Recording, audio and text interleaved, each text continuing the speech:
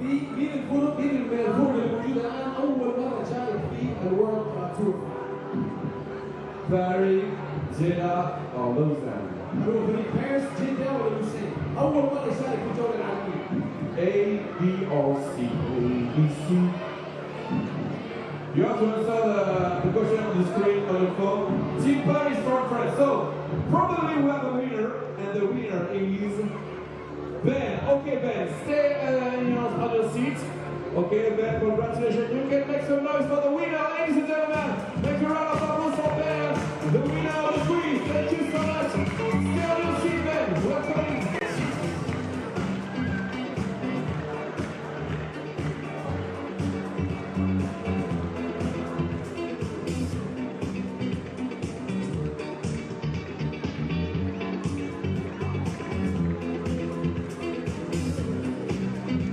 Welcome to the opening ceremony of the FIBA World Tour Finals in Jeddah, Kingdom of Saudi Arabia 2023.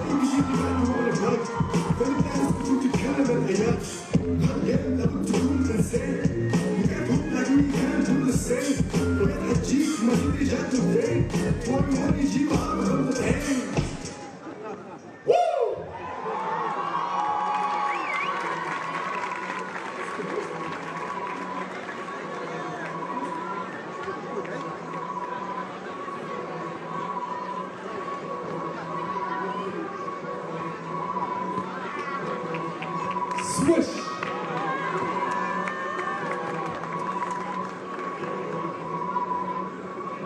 Swoosh! Swoosh! كلها بصوت واحد يا جماعة. 1 2 3 swoosh! ها.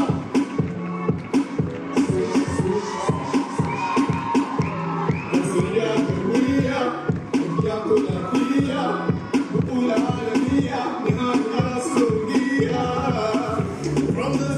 optics. That's how the ball take a pics. Yeah, if they know me, I don't miss. Never even having all of this. On the song, and why it focus on the show. When one comes out the phone, then after that, the truth is known. He's so high, إلى ألف حياتنا شغف مجنون من وين مساء نفاس غير ما خيال نجي لو أنت قدها تجينا نحل بدل المساء نشوف اليوم وصلنا نعالي راسي للسماء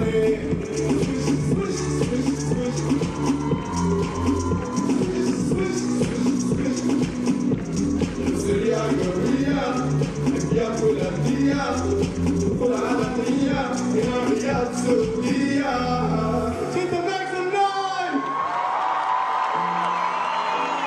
Thank you.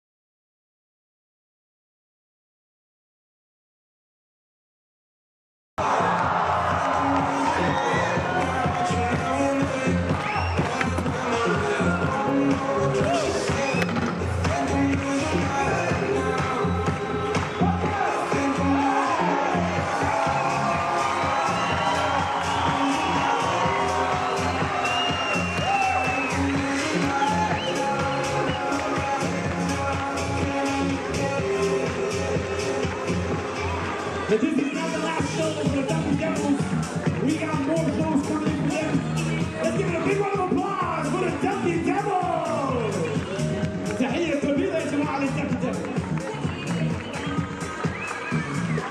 وهذه مو آخر مرة راح نشوفهم، راح يكونوا موجودين معنا اليوم وبكرة كمان في الفعاليات officials.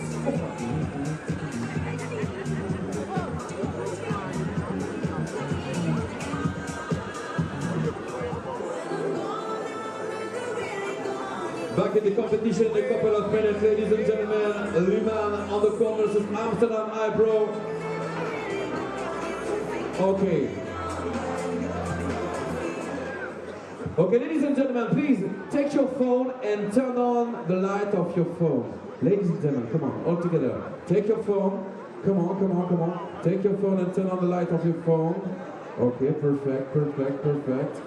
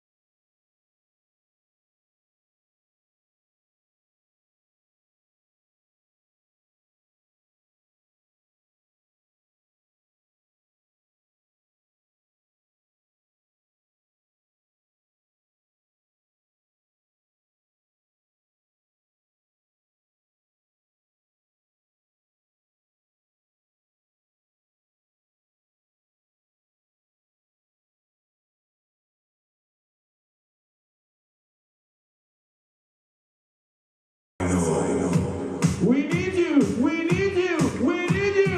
Clap your hands! Clap your hands! Clap your hands! Come on! Come on! Come on!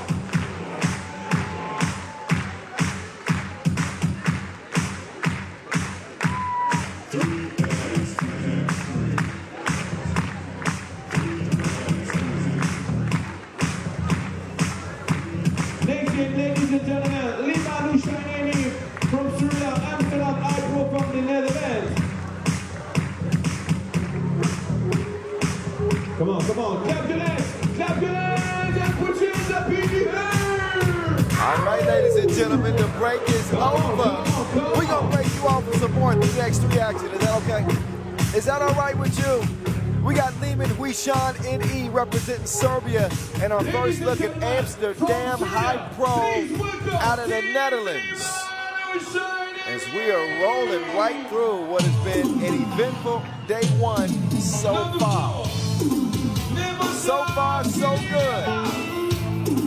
Kyle Montgomery, Boz Rosendahl on the mic, here with you as we head into our next contest. Team Liman will take the court first.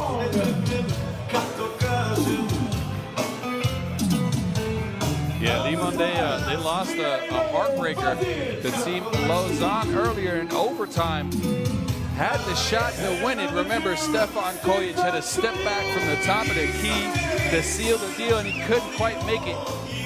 Kojic, though, a little bit quiet in the first game, 2 for 13 on 2-point shots. It was Vasic carrying the day, 9 points, 8 rebounds. They're going to need some more out of Kojic. if they want to try to get Amsterdam in this one. Yeah, Amsterdam coming in hot after winning the last regular season Masters in Hong Kong.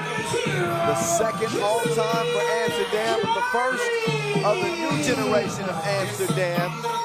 And here they come with Juice, Julian Jari. He was a member of the first Amsterdam Masters winners in Doha, 2021. Or was it Abu Dhabi? No, it was Doha. That's right, I knew that. Come on, I know all this stuff. Look at Worthy, he's got some shoes to match his hair. Jan Driesen, yep. And check at him shady. Height Worthy with Jan Driesen, Arvid Slaughter, and Jan Driesen. Amsterdam, again, looking dangerous. They won the last Masters, and it came off the back of them playing as a team unit. Both on offense and on defense, they shared responsibilities, shared the Wilson, made sure everybody ate, and I think that was their recipe for success in the tournament in Hong Kong. Let's see if it carries over here to the pool phase in Jeddah. We will surely see. There are our two officials in your face. Brigitte Chabai-Koshkutu and Marcos Michalides. They will officiate this contest in front of us. Team Liman, like you heard Boz say, looking to bounce back. Not only looking to bounce back, they've got to bounce back. Or the 2021 World Tour Final champs will be done here in 2023. They got to deal with that dude right there. This is hype worthy. Dion. Yeah, the hype is real. Fresh off an MVP to cap the season, leading Amsterdam to their first title of the year.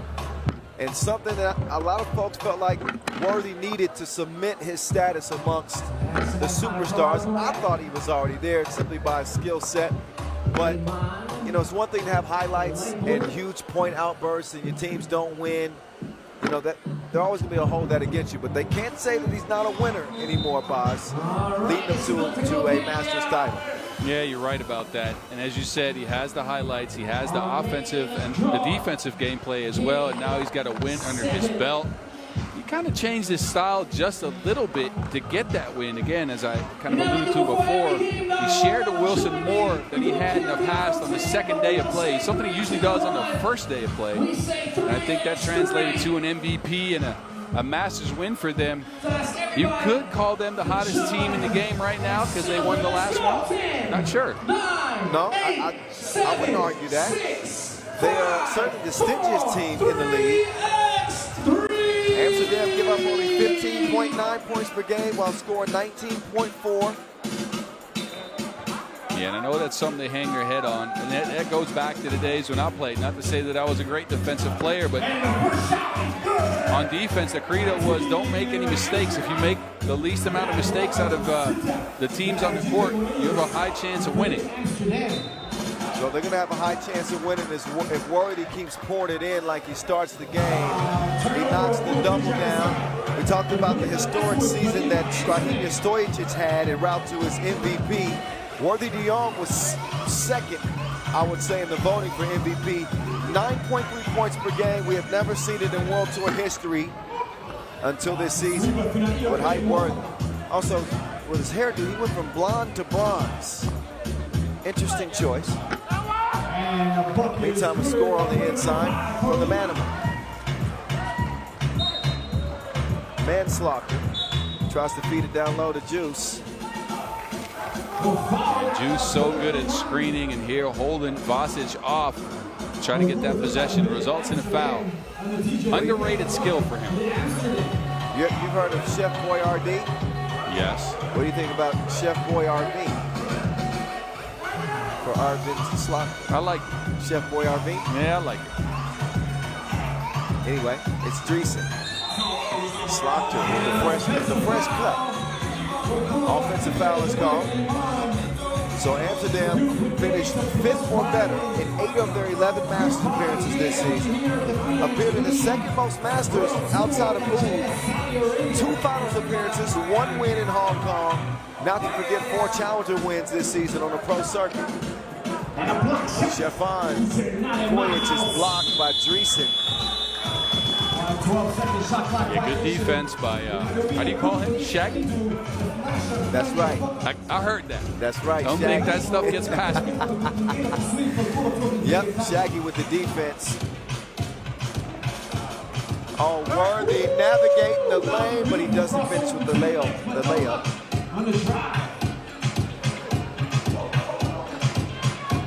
Killian will chunk the deuces. Amsterdam lead stays at 1. No bucket. That foul called on the floor.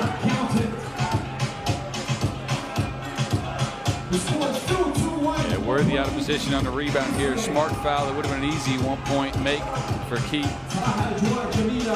Second foul on Amsterdam. Worthy defended. Top of the key. Killian gets a shot up. And too long. Ball finds its way back to Killer. Up fake. Oops. He still doesn't knock it down. So 0 for 2 for long range. Killer. He's like a little wrecking ball with some speed as he gets in for the score. Juice. Now Worthy trying to navigate. Worthy's stroke was broke that time. The Manimal over to Killer, back to the Manimal. He's got position on Jarring. Jarring trying to hold his own. He's a capable interior defender, but it's only so long he can hold off the Manimal. Worthy hits the deck. Oh, man. Do they have some words there? I think they did. I think they did, and Key stepped over him. They ain't going to be having lunch tomorrow, I can tell you that. And even Kojic is coming and chatting with Worthy. Oh. Kind of grabbed him by the neck there, and then some words were exchanged. Take a look at this. Oh, yeah. Oh, yeah, for sure. Technical fouls issue, too, is Key stepped over Worthy as they were having words. Yeah, forget about the step over. I'm looking at the necktie tackle. It's a little reminiscent of certain NBA players. That was some Ron Artest type stuff. Draymond Green comes to mind. That too. But had he stole on him, then that would have been toward Draymond Green like. No, you might have missed it. Draymond Green put Rudy Gobert in a headlock a couple weeks ago. Oh, did he? He got suspended. Man, I don't watch NBA. All I watch is 3x3, bro. Yeah, see? 4-3. Amsterdam in front. Worthy's going to laugh it off. 7 minutes and 48 seconds left in this game.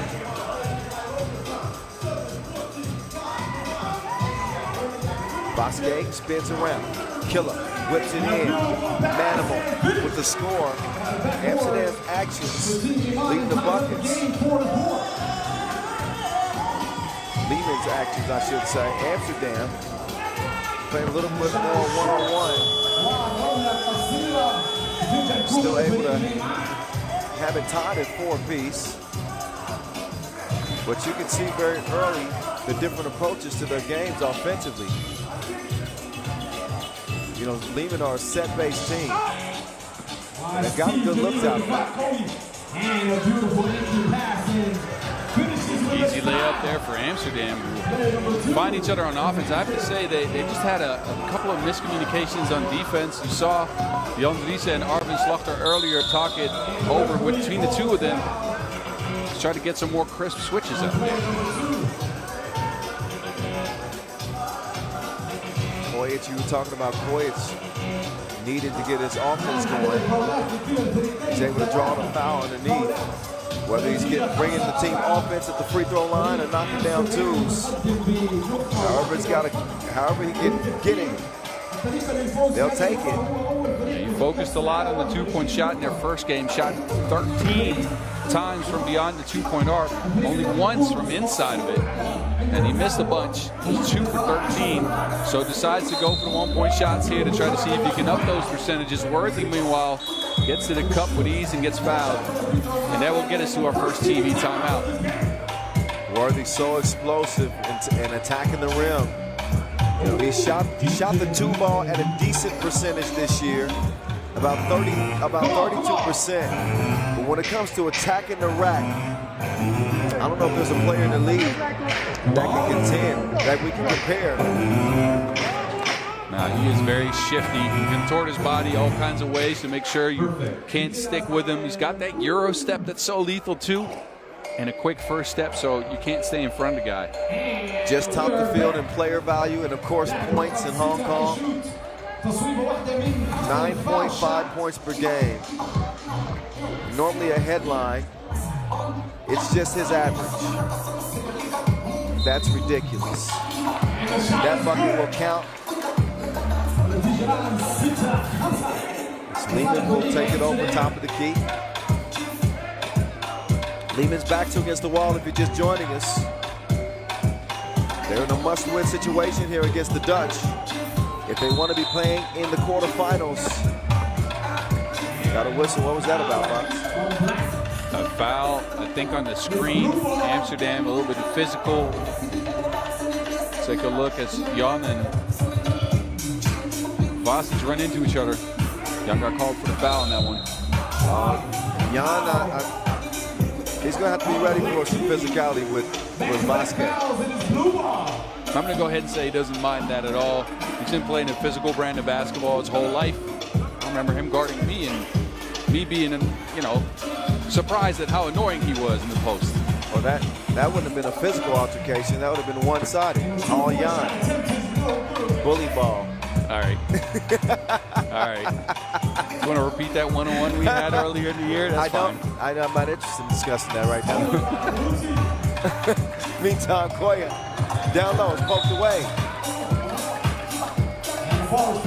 And Worthy's new hairdo appears to be a target. He's got a couple new Bohickey knots on his head. Early in the game, he took a shot. I'm not sure where the shot came on that one, but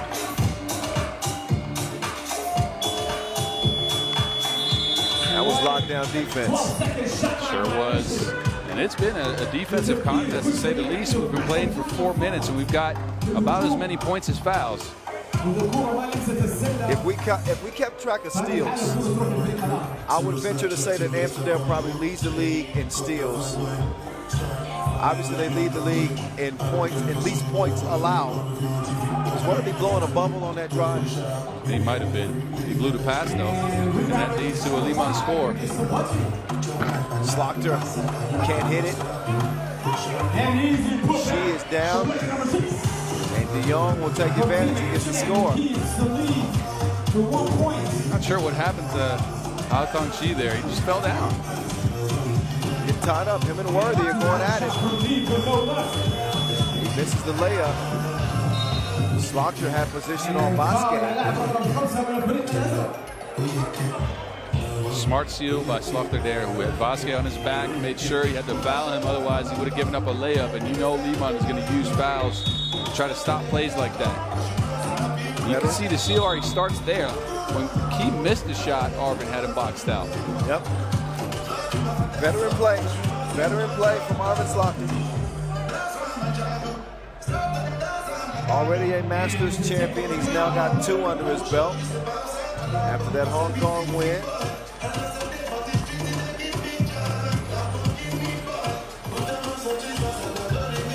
So Worthy at the line. Get it to trickle in. He's already looking like he's en route to another double-digit scoring campaign.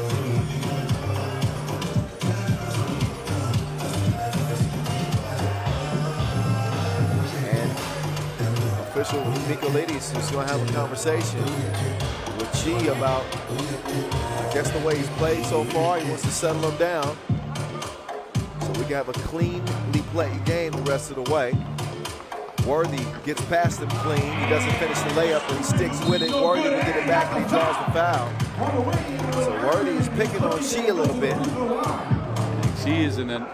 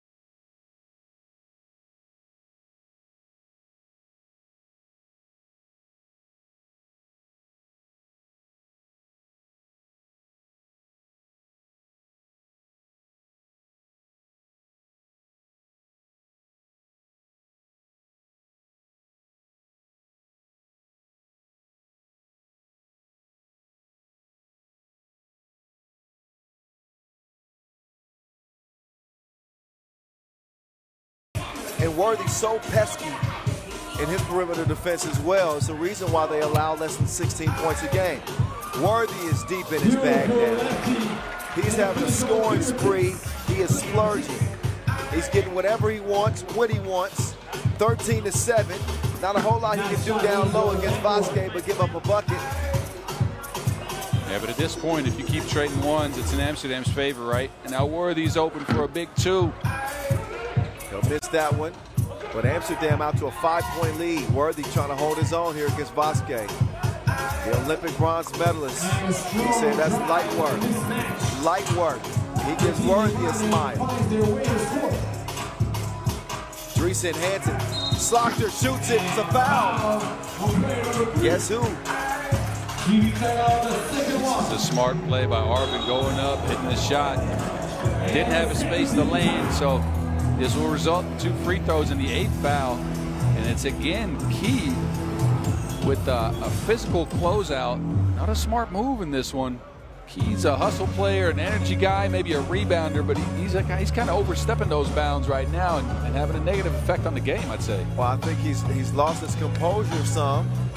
And this is where you'd like to see a veteran like Kojic or Basic pull him to the side and you know, remind him to get his head in the game. They can't afford to lose this game. It's win or go home for Liman. And they are looking at a big deficit right now. And 2 free throws coming up for Arvin. Yes, it's not looking good. Trailing by 4. Make that 5. Not only that, you throw in the fact that Liman has also accumulated 18 fouls at this point. Could spell trouble. And Slaughter, he cans them both.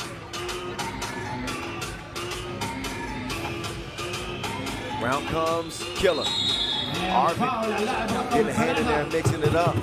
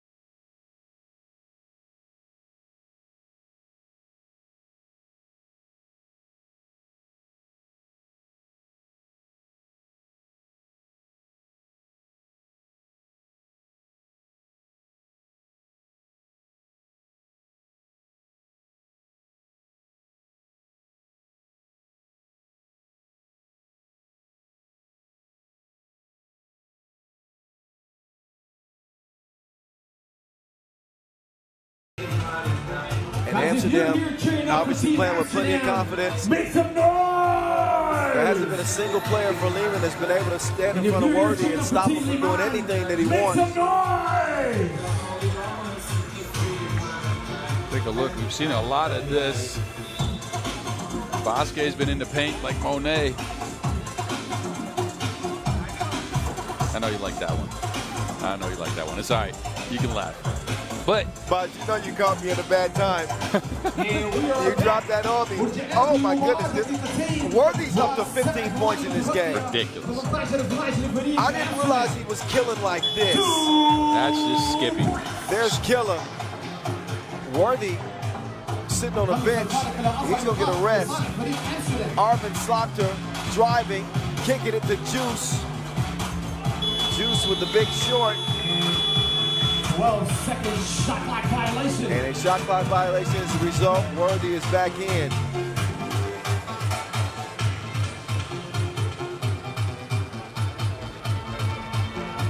I wonder what Worthy's season high is. I've seen him score, I believe, 17 points in Neom in a game in the Challenger out there. Yeah, he's working on setting a new scoring record for himself.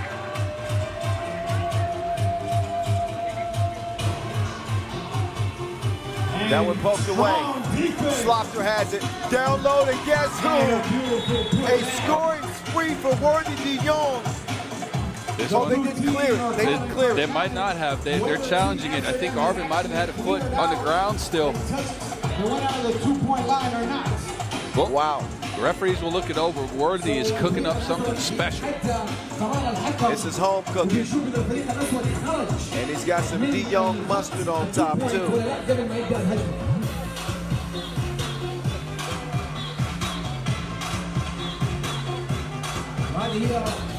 One of the rules حتى من قواعد الباسكتبول في الفريق انه اللاعب لازم يطلع خارج القوس عشان يبدا هجمه جديده.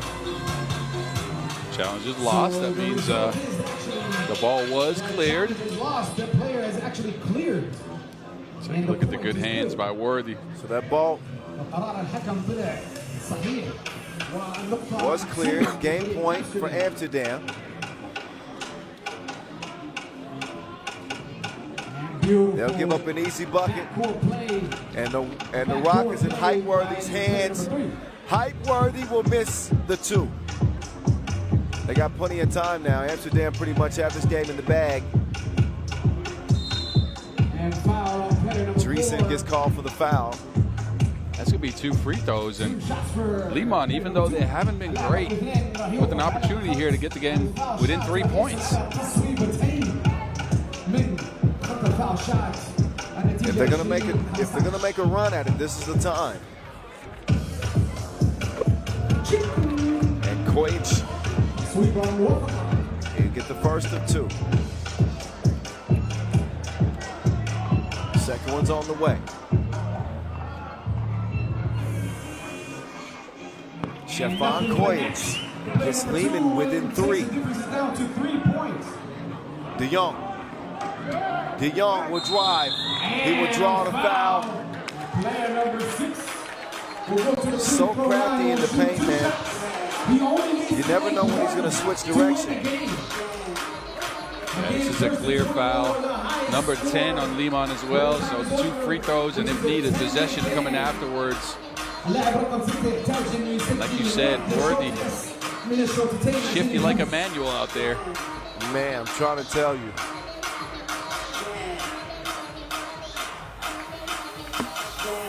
They miss.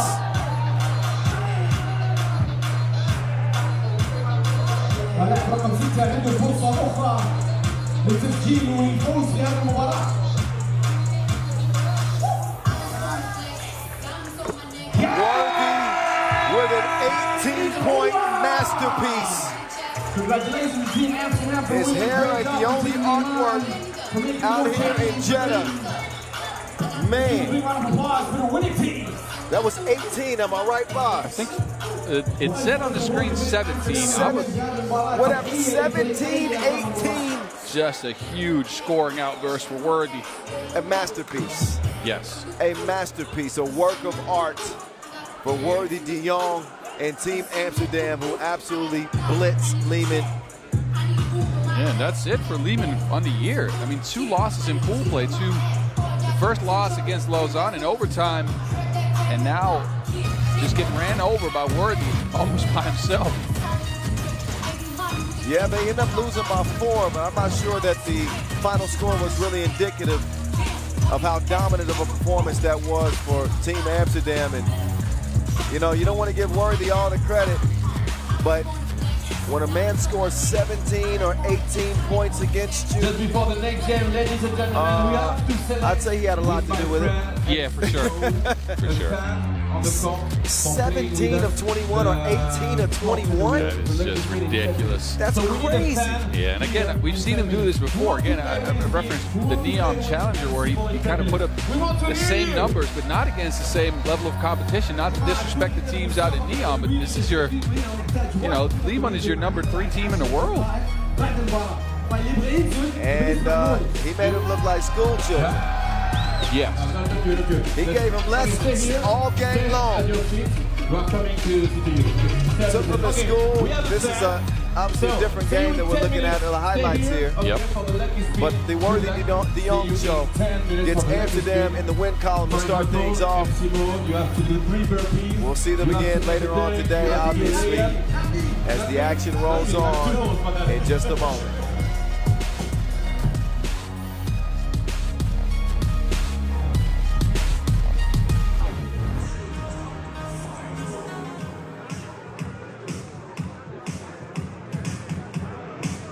Coming up next, our main draw game 8, and we got Team Vienna versus Antwerp TOPdesk.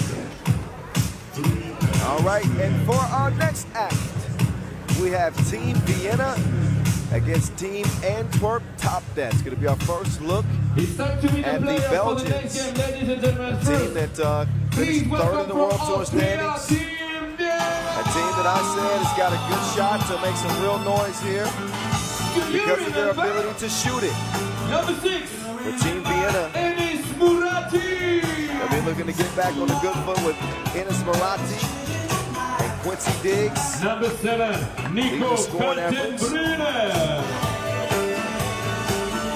Nico Kaltenbrunner bring his defense and sharpshooting from the outside. Yeah, and I'm looking for Team Vienna to get back to what they did well in the early portion of their game against San Juan, right? Being surgical, hitting the right guy at the right time, making sure you play inside out instead of playing just one-on-one basketball. That's what makes them successful, and they lost that in the latter stretch of the game against the Puerto Ricans. Yep, lost by 2 points against the Puerto Rican team that refused to be denied. Had a chance, and they blew it. So Liman are already out. Vienna trying not to become the second team to exit on day 1, but only 2 from each group can move on. Just think about it. If that happens, it's 2 of the group leaders exiting the stage early. I mean, not to go ahead and dismiss this game already, but it could just happen. Antwerp is a very, very good team. Like you said, good shooting. Brian Novalk back in the mix. Returning from that ankle injury helps them out a lot. Dennis Donkor, and we know he's a defensive best, but he's really stepped up his offensive game this year. Donkor averaging 7.2 points per game over the course of the season. 56% inside the arc, 32% from outside the arc.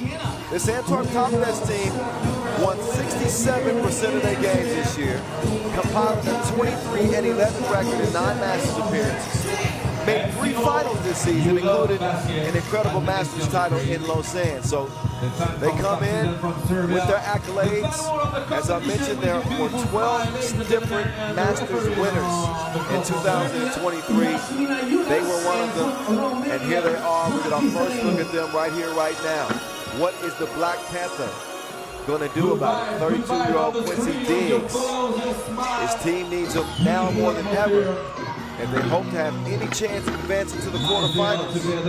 And I'll say what I said earlier, Boz. This is a game where I'm looking at Quincy to kind of shoulder the load for his team, not to force anything, but he's got to be the man. I feel you, and I think we talked about that during the last game that Vienna played. They need Quincy to step up at times like this when the lights are brightest, but the defense almost gets the toughest, right? They grind you down, they get you out of your actions, then you sometimes need individual shot creation, and that is his skill. Without a doubt, he's built for it. 10, 9, but we're going to find out for sure 6, once we get this one on and pop it from Jeddah. Saudi Arabia is on one more game. Let's get to it, shall we? Full D action. As we get ready to head down the final stretch of the first day of action. It's the menace, Dennis, being pursued by the burner. Moratti hits the deck. Looks like Kaltenbrunner is ready for the challenge to try to check Dennis the Menace. I like that matchup. Kaltenbrunner, a more girthy guard. He can use his mass to get Dennis out of the actions. That's what just happened. Well, he's physical, and I think that's the plan. They want to get up. They want to get up in him, and that's how my coach used to say, "Get up in him." That just means be physical, pressure him on the drive. Because if you give him enough space, he's out of there in the blink. Yeah, he's very quick. He's got that quick footwork too. And again, you don't want to give this Antwerp team any space from outside the arc. Vic from Oostenrijk, though, inside the arc all by himself. Yeah, they give the young boy a wide open lane. Macaulay Culkin will be proud. I'm trying to tell you, look at the sideburns on him too. He's like Wolverine. Swords for the board. The Menace. Kicks it.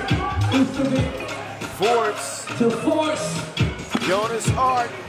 Not enough art on that one. Now it's Q Diggs' turn. The Black Panther going to work on VVO. They'll drive and kick. Burner. Couldn't burn him. With a shot offline. Nortner's fouled by Forts.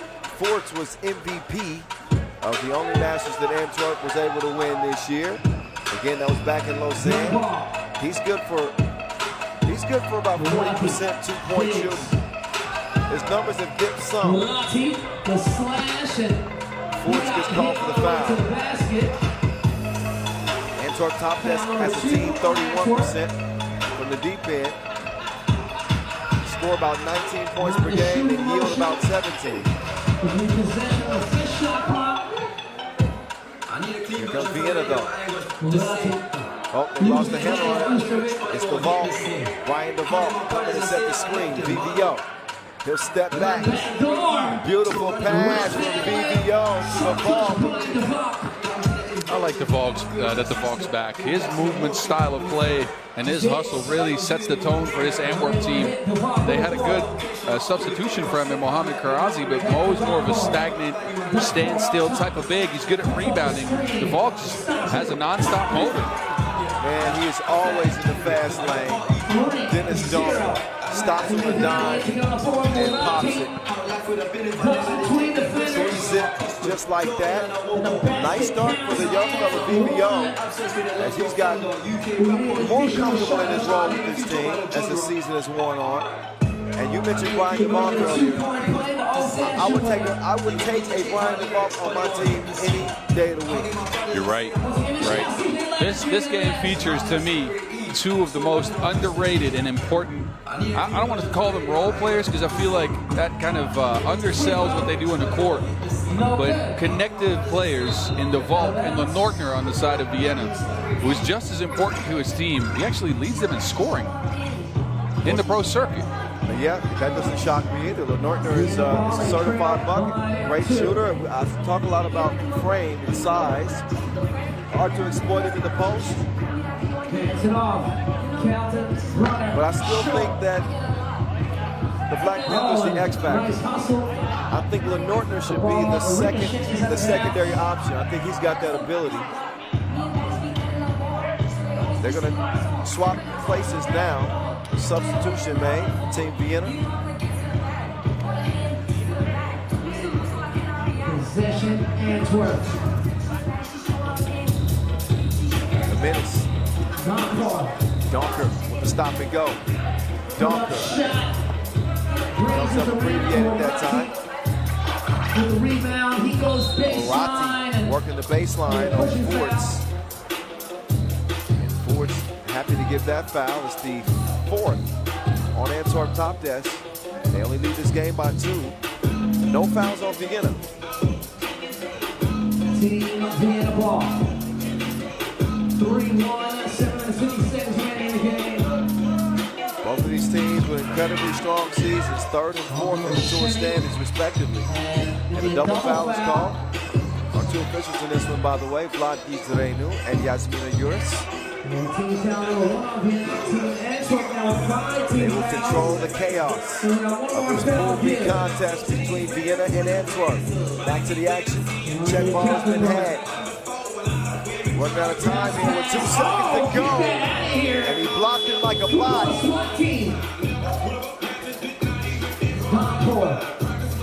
Darker trying to get some freedom. Foul. Foul number 2 on Vienna. Check out the vault.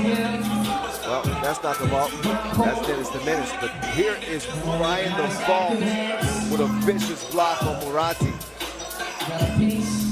All ball, baby.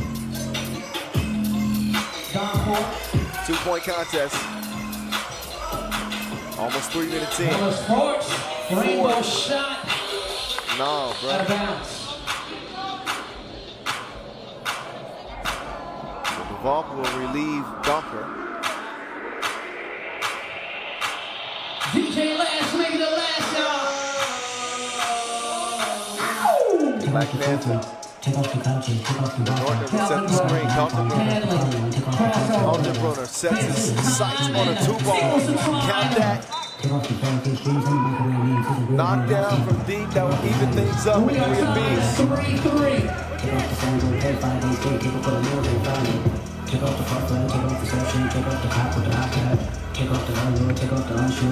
Teams, again, I'm feeling pretty evenly matched. The numbers, the ball, nice plays and slips to the bucket. Forts beats VVO. VVO with the runner, no. Murati comes around. Murati, he wants to take this thing off. Drippy.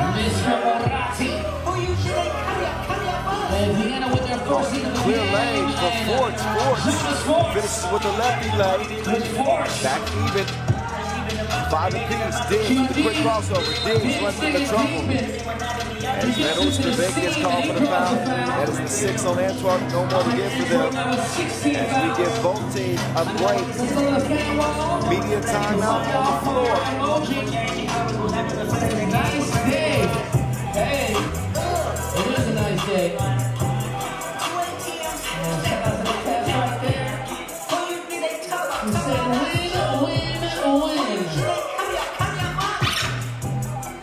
Good luck. And 3x3 the best. Oh yes. Going up their hearts. So look at VVO. 5-5. Getting an earlier score. The Vault, making sure he's active off the ball. Shout out to Nick Salis, by the way. I saw him today.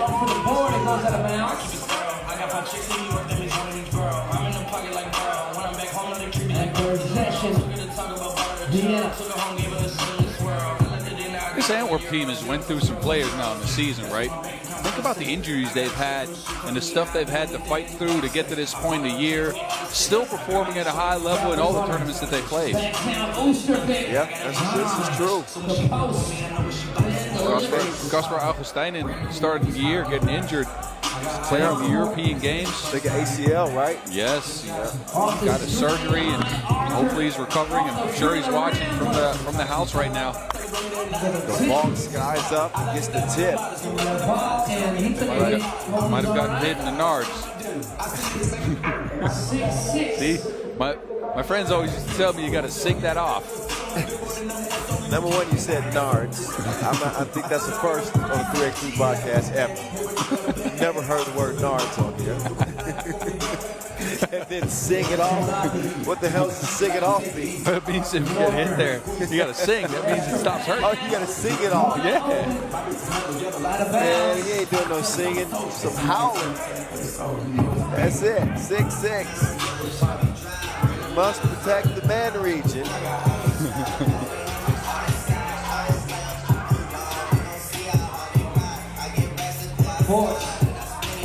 Forts is working from the perimeter, fakes the handoff. Darker, beautiful find to Forts. Finders, keepers, losers, weepers. Patience with Forts as well. Diggs had a nice move. He gets it back, elevates and scores. Off the rebound, hit with a twister shot. But Diggs can't defend inside the semicircle. He knows that. He'll get a warning the first time. But Diggs with the awareness to find the bottom of the net. Off the miss, 7-7. Anybody's game. 5:24 left. Yeah, not a high-scoring one either. No. Which is a little surprising. I thought this one might be. Oh, Dennis. He gets caught. But Norton gets caught for the hard foul. Donker did not like it. No play on the ball on that one. He just grabs him by the hip. Take a look. Passes him up. Norton just grabs him by the hips, pulls him back. It's an unsportsmanlike foul, which brings Vienna up to 5 on the game. But hey, look, it's one of those games where the offense isn't fully clicking. When it does, it's beautiful. The movement works, and they can get some shots to go down. But it's one of those games where you're on the edge of your seat for the entire thing. Yeah, but man, Boz, that's been the story of the games all day. We've had a bunch, well, for the most part. Oob had one blowout. That Amsterdam game was pretty one-sided against me, but the rest of them, they've been tighter. Pretty dang on close. Than the shirts you wore back in the 90s.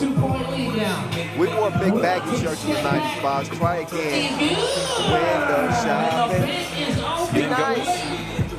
You didn't go against that trend by wearing something medium? No. It wasn't until we got the European influence we started wearing skinny jeans. All that all went for the vault. 11-9. Now I like wearing my thing slim fit. Yes, all right. It's like Milivojević's jersey. That's tight. That is tight. I believe that's skin painted on. The Nortner, Benny is missing. The vault looks hurt. And both teams now with 16 fouls. And DeVault, who's dealt with a bunch of injuries this year too, particularly an ankle injury. You can see him come down. That's awkward. Yeah. Hope he can stay in the game. His back must be hurt from that, or his hit. Oh, that's foul number 7 on Vienna, though, who again have continued the trend of not playing as crisp as we've seen them play in the past. Somewhere along that game against San Juan, they lost their composure a little bit. They've picked it up on a decent defensive end now in this game, but offensively, it's a little bit stale. Yeah, they are stagnant. They're not playing like a team with their backs against the wall. Second free throw is no good, but now they'll give it to Diggs. These are the two young fellas going at each other. Kaltenbrunner, the more experienced of the two. Still doesn't lead to a make. That ball is kicked by Moratti, so a fresh 12 for Antwerp TOPdesk. We're looking to add to this 3-point lead. I don't know why the lead feels like it's bigger than what it is. It's only 3 points. I don't know if that plays in Vienna's favor. The fact that they haven't played their best and yet they still, wow, Forts nearly hit that. That was a horse shot. And that's I mean, that game of horse we played, this would have been at home in that game. Diggs goes to work, using the size to his advantage. Now, offensive foul called on VVO. Moratti took one to the bread basket. Okay. Big Ben Oosterbeek. He'll check out. I don't know if that's a foul. Both players ran into each other, but Oosterbeek couldn't see where he was going, and Moratti just kind of got in his way. Smart play by the veteran, though. He sold it. Yeah, I agree. I thought that was inadvertent on both players.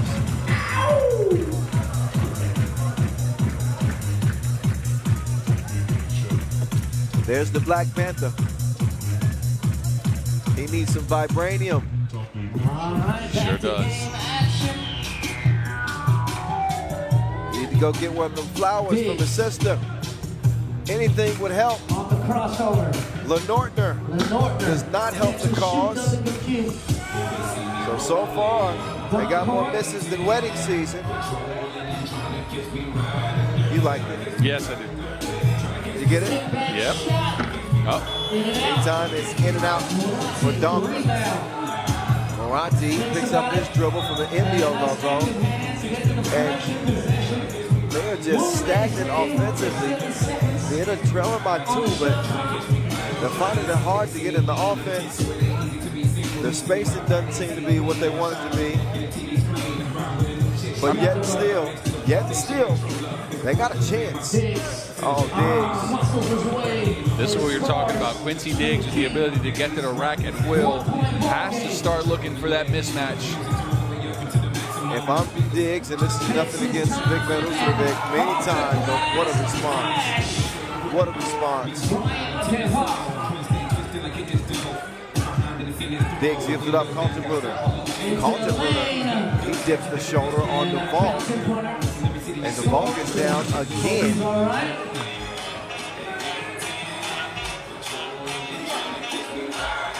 Take a look at the play here.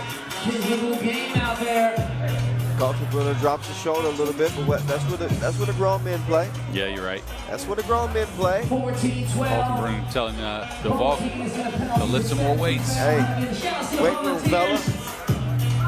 The staff helping out, making sure the floor is clean and pristine. So a 2-point advantage for Antwerp. The Belgians against the Austrians. Third game in Pool D. 14-12. Antwerp with the lead and they have possession.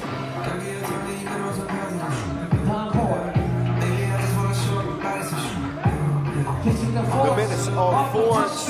Man, he faked it better than the Kardashian surgeon. And then got to the crib. You got to respect Fort's shot so much that just a little fake like that will get you out of rhythm. Now he's got an open 2. Fords can't land it. Offensive rebound, but he gets into the lane, hands it off. Fords drops it to the ball. A 4-point advantage for Antwerp now. And they got to be feeling confident going into this break with 2:20 to go. Yeah, they are looking more crisp than Vienna does right now, even though both teams are still somewhat close. Antwerp has a ton of deflections in this game, and that usually, and we're not measuring those, right? But it feels like they got their hand on every single time Vienna touches the Wilson. And that's usually, a sign of a sharper team. And some of the Vienna players are wearing this tattoo on their arm. I don't know what that means. Me neither. I know that's a beautiful shot. That is pretty. Bird's eye view of our venue here in Jeddah, Saudi Arabia. Underneath this magic sky canopy, playing on this Inleo court, this Bode shot clock, and Skelter Sports Go. That was a creative way of me shouting out our suppliers. I like it. And on the line. On the line is what the call is. Van Oostervik will check out. This is what I was talking about. Another deflection for the Belgians. Quick hands by Vic van Oosterwijk. And then stepping out of bounds, Moratti. Not so much focus, it feels like, on the end of Vienna, on the offensive end anyways. Defensively, they've been all right. Now they fell asleep. Man, they having some issues. They need to see somebody. Oh, now you see him, now you don't. X marks the spot for Quincy Diggs, who's drawing up a treasure map. Yeah, that was pretty vicious. Diggs looking to go back to work. Speaking of going back to work, Boz is going back to the court for a post-game interview. Who's he going to be talking to at the end of this one? Right now, it looks like it's going to be Antwerp. We'll find out. Oh, what a delicious dish served up by Jonas Fords.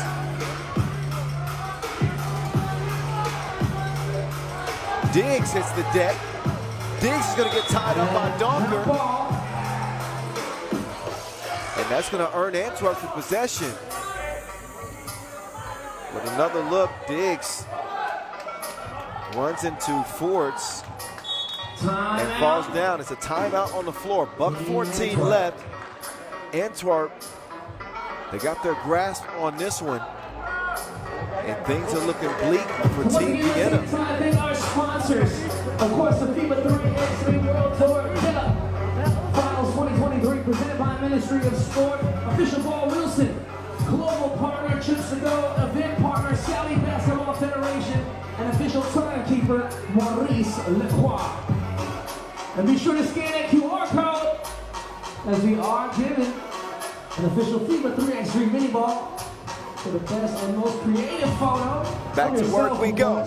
Dennis the Menace and the Vault. They will share the Wilson. The Vault patiently getting it to Dennis the Menace. Dennis, man, he's faster than the speed of sound. One-legged fader to cap a beautiful drive. Donker, arguably the best two-way player in the game. Of course, Worthy de Jong could have an argument there, but you're not going to find many players that play it at the intensity that he does. They're going to throw that one away. The offensive foul is what's called. And that is number 8 on Antwerp. No free throws because of the offensive foul. But now it's up to the Black Panther. Oh, Quincy Diggs, I want to ride with you. He didn't finish it. I won't finish the song. Out to Kaltenbrunner. He will go away from the screen and takes a wide open lane. Not a bad decision, but 30 seconds remain in this game. Antwerp TOPdesk on top and looking to use some clock. They got 6 left in the shot clock. Jonas Forts, he threads the needle. That is swatted away. Great defense. Vienna aren't out of this yet, but they need to get a hit from 2 range. And they're looking to drain as much clock as they can. Now Antwerp's is going to use clock. Another offensive foul, so it will give the ball back over to Vienna, but it's looking like the Austrian season is done.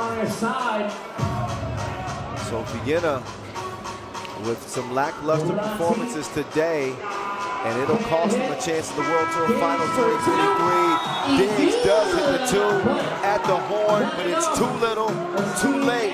It is Antwerp TOPdesk filling themselves. 19 to 15 is the final tally. And that 2 is actually going to count, so 19-17. 19-17. But all that matters is an Antwerp win. Vienna are out on day 1, going 0-2. So Antwerp have already secured a spot in the quarterfinals. They'll be eyeing a 2-0 record with 1 more game to play in the group. What a performance from Antwerp TOPdesk.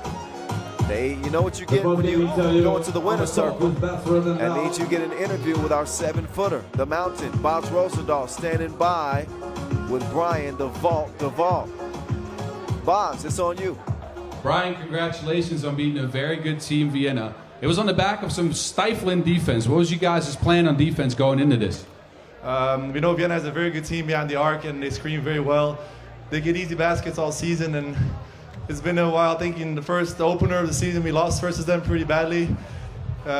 We played them all season, and they've beat us all the time, so it's that little edge extra, I think, that we missed during the season that we had today. Awesome. Now you have to prepare for a very different team, Lausanne. How do you go into that game? Just to correct you, it's San Juan, but it's a different team.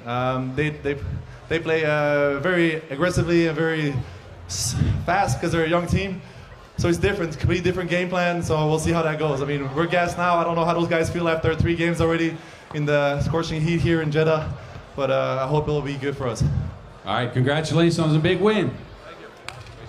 Thank you so much, and thank you, Bas, for the post-game interview. Just before the next game, ladies and gentlemen, it's time for the lucky spin of FIBA 3x3.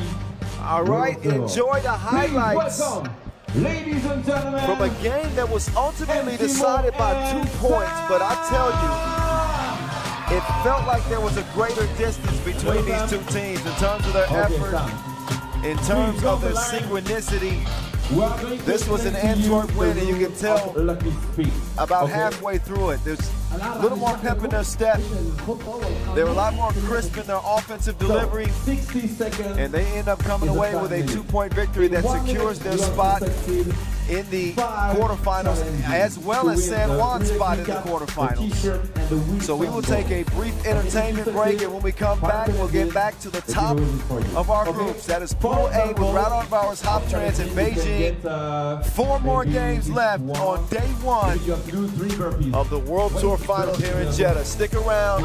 We're going to be back to it in a few minutes after our entertainment break. So you have to do 3 burpees. One more challenge for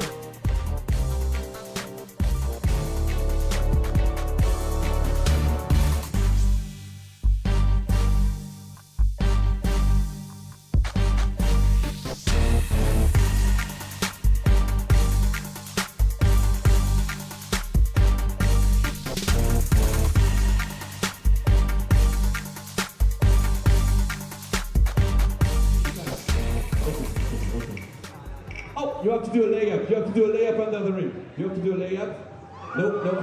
No. Take your ball. One more. No. Okay, come on. 50 seconds. Yes. Okay, go on the line. One challenge. Second challenge. Sam, one challenge. Oh, you have to hug referee. Referees. Yes, just here. Sam, here. Marcos, just here. Okay, the referee. Okay, second challenge is good. Okay, Sam on the line. Third challenge for you, sir. Come on. Oh, you have to dance.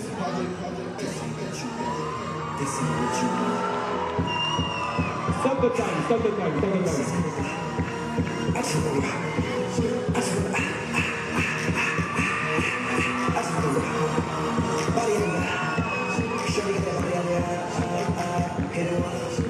Okay, stop! The third challenge is good and the time is running. One more challenge.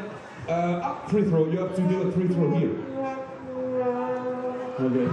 No. You have just here. That's it. Just here. Okay. Let's go. Okay. Stop the time. Okay. Just here. Sam. The line is here for you. Come on. Okay. No. Okay, the time is running. Come on. Okay. Oh! Wait.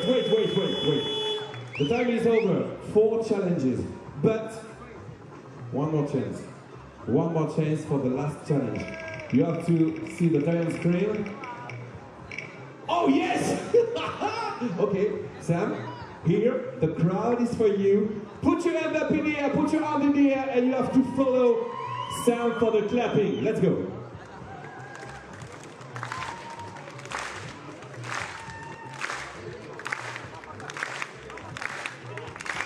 Okay. Sam, 1 minute, 5 challenges. So, the lucky spin is for you. The Wilson ball, the 3x3 t-shirt, and the official 3x3 cap is for you. Make some noise for Sam! High five. Yes, thank you so much. Congratulations, Sam. Welcome to the World Tour Jeddah Final. Coming up next, we got Team Raudondvaris, Hoptrans versus Team Beijing.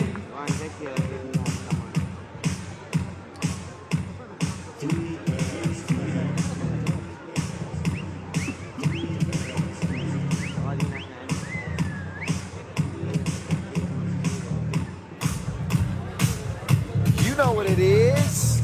It's Raudondvaris, Hoptrans, and Team Beijing in Pool A. This is going to be a play-in to the quarterfinals. Both teams coming up short against Team Oop today. Raudondvaris, the only team to have won a Masters this year. Not that matters right now. It matters is going to be playing on for the quarterfinals in this 10-minute sprint to 21. Winner keeps hope alive at the World Tour crown this year. Loser bows out day 1. You don't want to be one of those 4 teams on the outside looking in with the biggest crown in the game at stake. Kyle Montgomery, a.k.a. the voice of 3x3, Bas Rosendahl alongside, and out they come. The Lithuanian Aurelius Bukalis with flight mode, Modestis Kumpis, the Uzi, Marius Ujupis, and Vales Belavicius. Yeah, and again, this team coming up short in their first game of the day pretty heftily. I might add, they weren't clicking at all in the 21-11 loss to Ub. They didn't get anybody going. Ujupis, he was held to 2 points. That's very unlike him. Yeah, Ujupis is usually good for around 5 points per game. And again, he and Buchanan combined for about 12 and a half. So an uncustomary performance for both of these teams. Well, for Beijing, I guess you could. But it was uncustomary. Did you expect to play that well against Ub? No. Okay. No, maybe not. And probably didn't expect Raudondvaris Hoptrans to play that poorly against Ub. So I would say that Beijing is probably coming in with a little bit more confidence. And whoever's going to be defending North Piasis in this game, which I think Flight Mode is going to draw that matchup, and Belavicius a good bit. Good luck to them. Piasis is a man on a mission. Now, I would say the same for Beijing. I don't know if they have the size to continue with Raudondvaris Hoptrans 1-4. I don't know about what you're saying here. Ulaanbaatar, he grabbed himself 12 rebounds in his first game.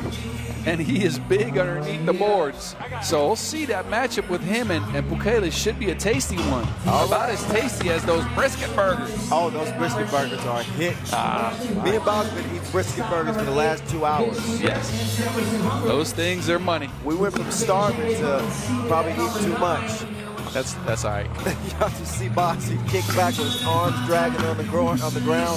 Yep. He's ready to go down the stretch of the day. There's North Piasis, 6th on the all-time scoring list, Olympic gold medalist. There's only 4 players in 3x3 that can claim that distinction, and only one of them still playing. That is him. The Marys, North Piasis, and Team Beijing taking on Raudondvaris Hoptrans. Winner. They got a spot tomorrow. Loser is done. Let's get it on. Final game in Pool A, Kyle Montgomery, a.k.a. the voice. The Mountain, Bas Rosendahl. There's Raudondvaris' version of the Mountain. They get it to Buchanan to open up the scoring. Meantime, he's quicker than the Golden Snitch. Chiang Lang makes the quick step to the rim and starts the scoring for his squad. Right back at him. Ujupis will get the bucket. Belavicius, no choice but to foul there. I like the quickness of Chang Jiang. He doesn't score all that much, but he is a secondary creator to what Piasis can put out on the court. He is very quick off his feet. That first step is deadly. He can shoot a little bit now too. Oh, he can shoot a lot bit. Double deuce in a 3-2 contest. Players like this, what a stage to make a name for themselves. And they don't have the pressure. They just come out and play freely. The only pressure is pleasing Mr. Piasis. You don't want to make Piasis mad. We saw him get into his team in that first game because, in all honesty, Beijing had a great opportunity to win that game. Yes. And they let it slip through their fingers. Ooh, would not be denied, but it's because they blew a couple of possessions there on Piasis with the quickness. Hashtag quickies to the cup. Switching hands midair is special like that. Not a lot of people can do that. No, but he's North Piasis. He's not a lot of people. You're right about that. So Beijing with an early 1-point advantage, and their quickness offensively has got Raudondvaris on their heels a little bit. That'll be the challenge for the Lithuanians the rest of the way, is stopping that penetration from the guard play of Beijing. And right on cue, you can see. They're intent on penetrating, breaking down the defense, and creating open shots that way. Jiang and Miez has got the advantage against the taller guards that Raudondvaris puts out on the court, using that quickness to get by everybody. Look at Miez is handling the rock again. Oh, Miez gave it up. I guess that's a smart play. He had a big mismatch with Bukalis defending him out there, but he already had a big body in the paint, took advantage as Beijing maintained a 1-point advantage. Uzi coming free. Uzi, left stroke too long. Bukalis will snag the rebound. He's got it cleared himself. Milavichus will whip it over to the Lithuanian, and he will put it up and in.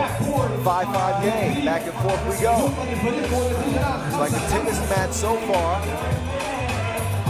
Now it's Beijing's serve. They couldn't serve him up a bucket. Let's see what Bukalis can do. Up fake. And Zhu called for the foul. You're right, Zhu is not a small player. No, he's not. He brings some size, he brings tenacity. Yongbo Zhu, he's not the tallest guy on Team Beijing, by the way. That's Zhu's Zhongwei, but Zhu Yongbo is 2 meters and 3 centimeters. Now that's not Bukalis' level, but he plays big. Again, 12 rebounds in their first game of the day. The man is made of all muscle. That one goes begging. Scratches off the iron and out of bounds it'll go. Big thank you again to our official timekeeper, Maurice Lacroix. We've seen a couple of Maurice Lacroix buzzer beaters today.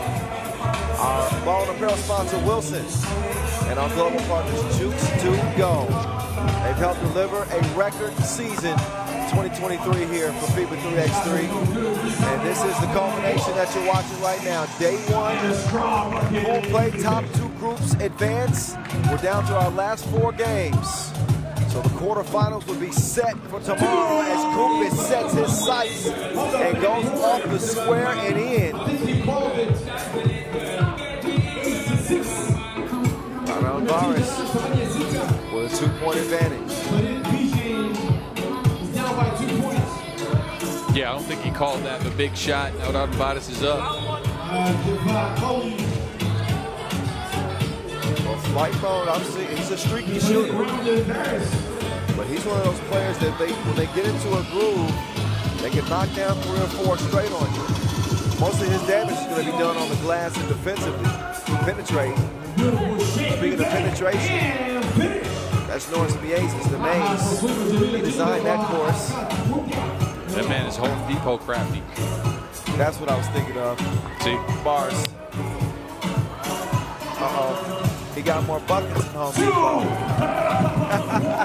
More buckets than a leaky roof, huh? He's in the toolbox right now. Norris Miez's. Oh yeah, they keep coming. What you want to do? We call him Tim Allen. Do they know about home improvement? I mean, I do. I watched it at home, so the Netherlands got it for sure. Let's go, guys. Here's some of the action so far. And these teams, man, this looks like it's going to be a battle to the finish. This looks like a fight to the finish. I told you this pool A is tough. You were right on the money. Right on the money. Pool A, the pool of death. It was not an easy route for Ulaanbaatar, at least against Beijing it wasn't. They beat Raudondvaris Hoptrans by 10. So can't really say the same about that one. But yet and still, competitive group. As you can see from this game, knotted at 9 apiece. Milavichus to Bukalis, back to Milavichus. Wait a minute.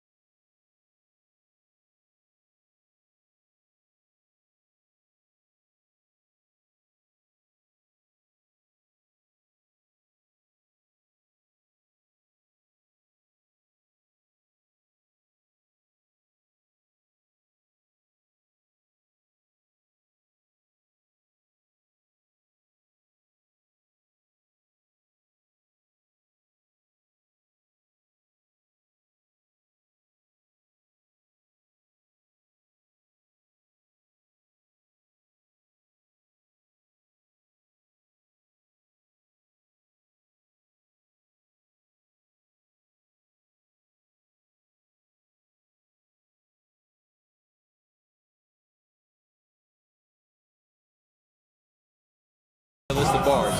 No. There's some stuff in there that you. Oh, that counts. He's going to get continuation. And Pukelis, I don't know if he's confused because of the crossover that he just received.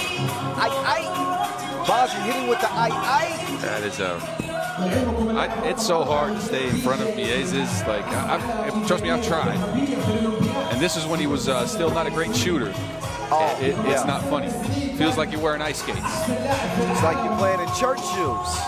11-10. Kumpis, no. Uzi, yes. 11 apiece.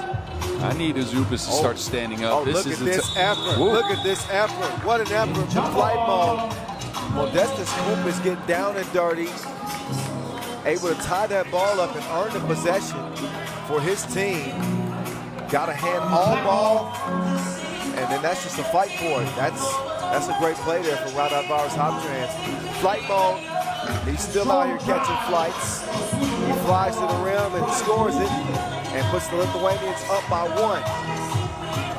Jan Bozu, not that time. Some way won't track it down. Uzi will save it, but a push is called on the Aces. It's a very physical game. Both teams are handsy on plays. There's a lot of hustle balls where fouls are being called. We need that man to start standing up, though. Uzi's been uncharacteristically quiet in the tournament so far. And we know he can go off. Right now it's gun is jam.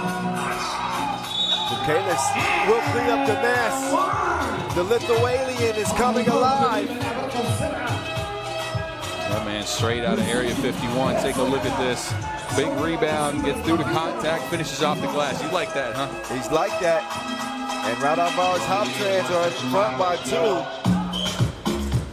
And this is where I think one team is going to have to separate themselves. And right now, it looks like it's Raudondvaris Hoptrans. Beijing is in the penalty.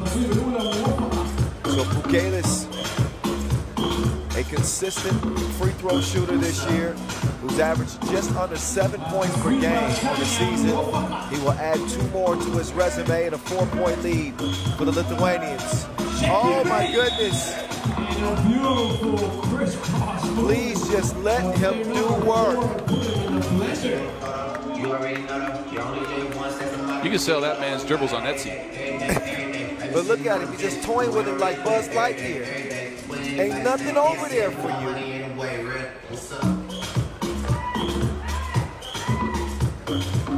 Here comes Miezes. Oh, he's D'd up that time. Flight mode had seen enough.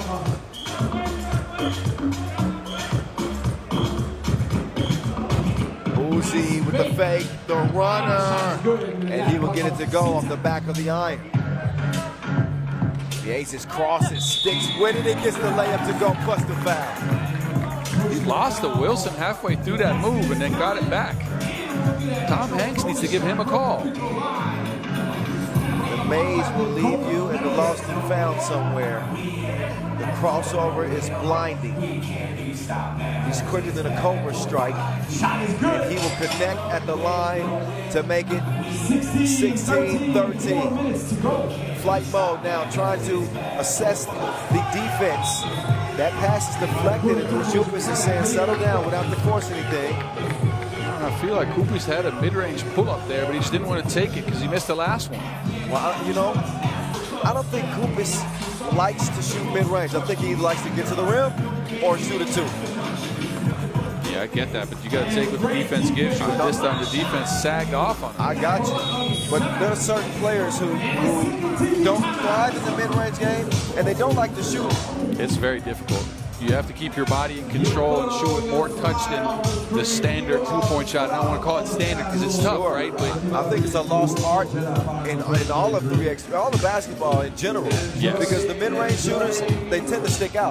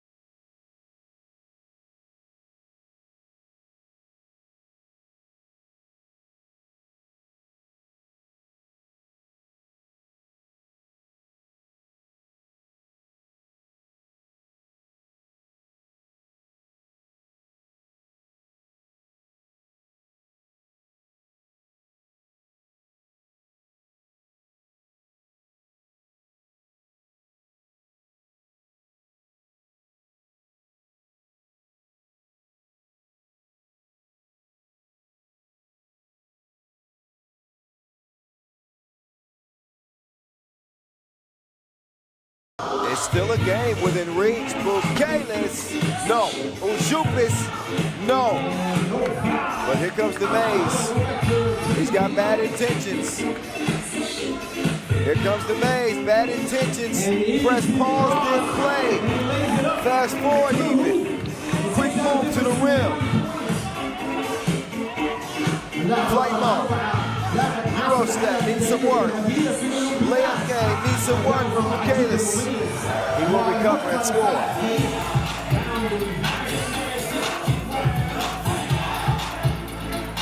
Ace wants to give it back. Shot is up, off the mark. That would have evened things up. No need for Beijing to panic, but they got to hold their own. And nothing you can do with the Lithuanians. The elevation, the jump hook balls. Off the aces. Slipping and slide. Tricking and treat. There's the trick. No treat. Gets it back, can't draw the foul. He's not going to get that call. And Uzi with a blank fire. He's looking gassed now. He had to carry the load. Everybody looking gassed right now. Minute 30 to play. And just a three-point game. Forcing up a two. I don't think there's a better possession right there for Beijing. Why not drive against Bukelis with a minute 26 to go? Maybe you get up to 18 and then you try for a two. That might just be fatigue or the fact that they haven't been in these type of situations in a World Tour Final. Well, it's looking like Team Beijing is going to come up short here as the Uzi steps to the line to end the game. Ujupis. Oh. He's got one more opportunity. Ujupis has struggled at the free throw line this year, but again, all they need is one. He handles pressure normally well. He misses it, but they'll get a chance to reset.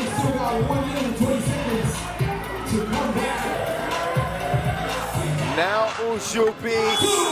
Uzi fires the final shot, 22-17. Raudondvaris will play on Beijing. They will be done here day one. It is the Lithuanians who earned their spotting. They bounced back after a tough loss to Ulm, frankly, losing by 10 points. They end up winning this one by 5, and they are quarterfinal bound here in Jeddah. So congratulations to Beijing on a hard-fought season. And again, playing without Carlos Lasmanis, he would most certainly make a difference for this team, but him not available, the Aces had to do the heavy lifting. He did what he could. He certainly gave us a whole lot of highlights, but he did give his team a win, and that's what matters most. So that one's in the books. We got 3 more on deck from here in Jeddah, y'all. We're going through groups B, C, and D. Enjoy the highlights. Me and Boz will get a sip of water if you don't mind. Stick around. Don't go far. We'll find you if you do.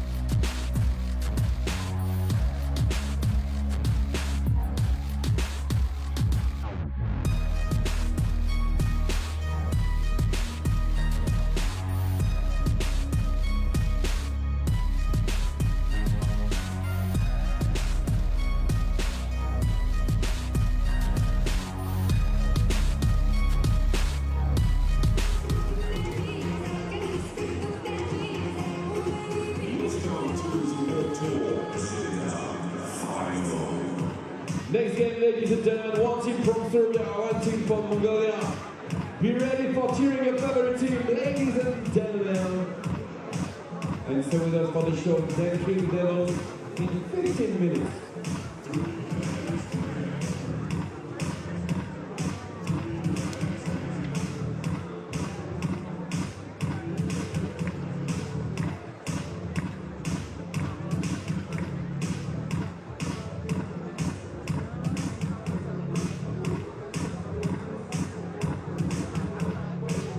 Coming up next, our game 10 of the main draw.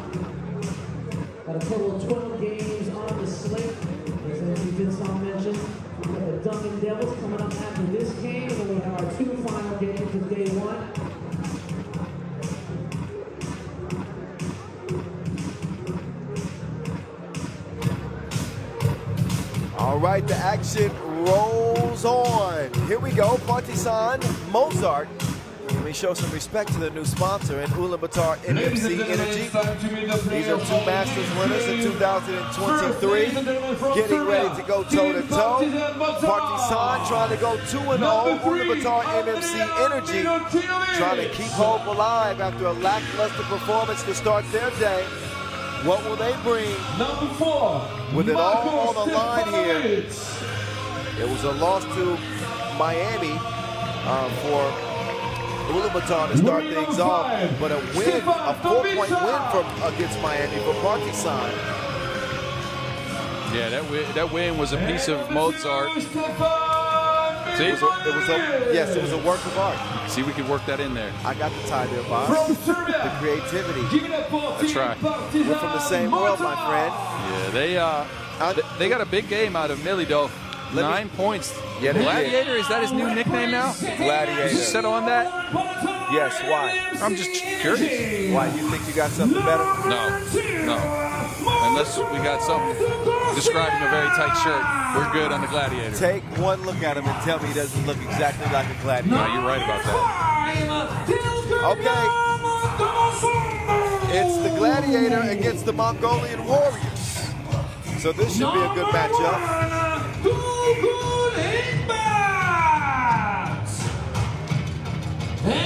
The Warhorse still going Inkbot, the Bull, Dabat Sambu,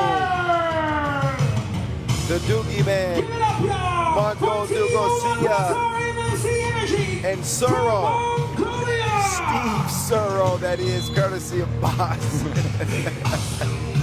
Steve Suro. With the mask on. He should keep the mask. I like it. Well, he hopes to be a mass murderer in this game. They're going to need every bit of his shooting prowess. And Ulaanbaatar want to have a chance. Yeah, got kept in check the first game they played against Miami. 0 for 3 from 2-point land. Very uncharacteristic for Steve. And, he sure is going to look to start bouncing back in this one. They need his shooting, otherwise they'd be taking a trip out of the pool. Without a doubt, still, there's no moral victories. You want to, when you come to play in a tournament like this, you want to win the whole thing. But what a season it's been for Ulaanbaatar MMC Energy up to this point, anyway. Whoever thought that a Mongolian team would win a World Tour Masters? Man, I mean, they got 1 less than the United States. Oh, 2 less. Yeah. Because Miami got 2 this year, but. I'm telling you, I was there for that emotional win. They played so well out in Shanghai. Did such a great job. And again, for a country that's been as active in 3x3 as anybody, and that's put so much effort behind this sport like Mongolia, it was well deserved. And again, you know, them representing out here for the World Tour Finals shows how great of a season they've had. Now, though, they need to get a win. And if my calculations are right, they need to get a win by 6. Oh, we're going to see if they can get it done. First, they got to win to force a 3-way tie. And Boz says it's going to take a 6-point cushion for them to get it done. The Warhorse, he does not get the shorty to fall. So Stefan Torbica will give it over to Marko Stefanovic, who gets it to the Gladiator. The Gladiator, he's fouled on the way up. Can we get a petition going to get Partizan the gold-colored uniforms for next year? That would be amazing, wouldn't it? Yes, it would. We did a pretty good, like, special effects video leading into the World Tour Final, and they had like a gladiator hat on top of Milivojevic. It's pretty. I like that. It's pretty good. It's pretty good. I like when my nicknames turn into something that is marketable. Yeah. Oh, Faker. Yeah, some false advertising from Steve Sir. He gets his first two-piece to go down. And Steve Sir can single-handedly shoot his team to a victory, but not when the Gladiators answered right back like a belligerent teenager.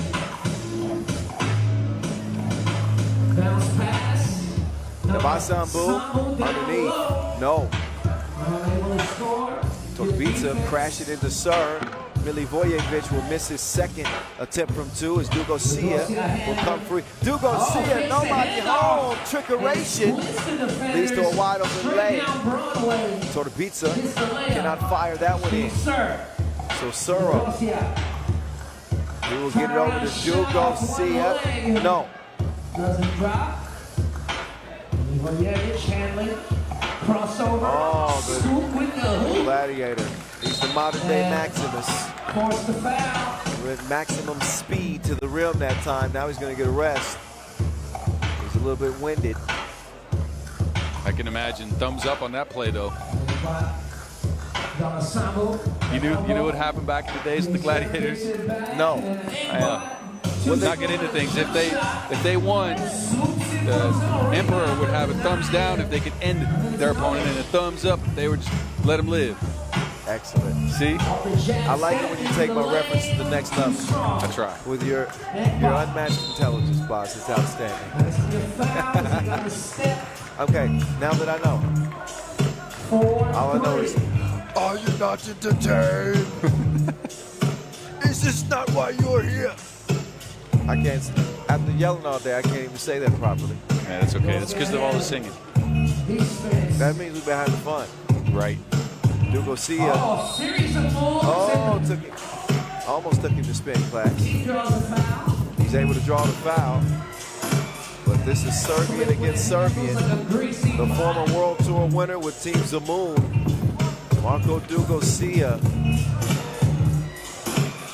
His chances of getting to day two, an opportunity to take aim at what would be his second World Tour Final title, rest upon the remainder of this game.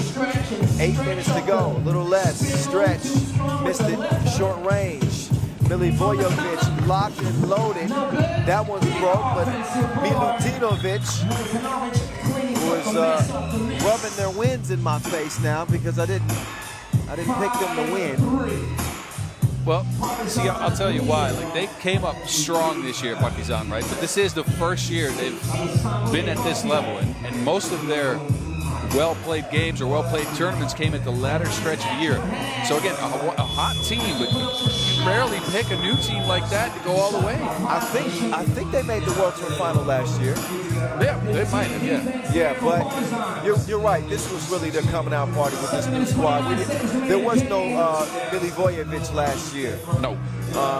And he's changed the dynamic of his team.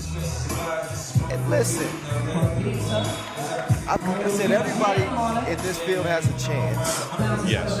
But you got to pick a favorite. And yes, I did not pick Partizan as a favorite. And who knows what happens the rest of the way. Milutinovic, come up with it. His nickname is Gumby. That's what you get for coming up and talking to the voice about my predictions. Out there shaped like olive oil. Popeye's girlfriend. Don't you start with me, Milutinovic. I'll be on you. All right, enough of that. Oh my goodness, he hit that one from the Mongolian Flames. Dogun Inkbot from the low zone. Inkbot's been the one consistent shooter for Ulaanbaatar in the tournament here. He went 2 for 2 from beyond the arc in their first game. Inkbot has had a really good season as well. This has been, numbers-wise, one of Inkbot's better seasons. I mean, he's been playing in the league now for 7 years. and I swear the dude has not aged a day since 2016, this dude. Has drastically changed his game, though, with the arrival of Doogie and Suro. Oh, yeah. Went from a kind of a lead ball handler, guard, and shooter to a more of a hustle player, connective tissue, and he's adapted so well to that role. Well, the entire Ulaanbaatar team, if you remember, their biggest issue of the past is they just couldn't score. Yep. They were not an offensive team, but they were a strong team defensively. Oh, Inkbot gets denied. But when Steve Sir came aboard as player coach, he kind of changed their formula, the offensive approach, and he started requiring Davasa to step out and start shooting twos. Inkbot was more than just that hybrid player. They needed him to be able to knock down twos, and these guys have answered the bell. Milivojevic can't ring the bell. Steve Sir. The Warhorse. Oh, crossover. Inkbot missed it. Got it back after a nice move. They're going to reset. They're going to let Steve Sir pull the trigger. He misfires. 6-6 game with, let's call it 6 minutes to play. Milivojevic, too strong. Too many days in the weight room, and even too much for Dogan Inkbot. I think Millie eats barbells for breakfast. He eats whatever he wants for breakfast, but he needs to give his little brother his shirt back when the day is over. Somebody get that man a large soon. 7-6.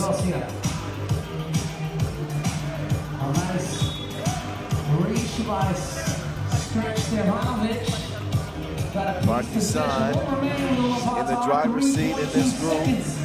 On the shot clock. Steve Sir. Mid-range shot. Team Miami is looking on. Cash money.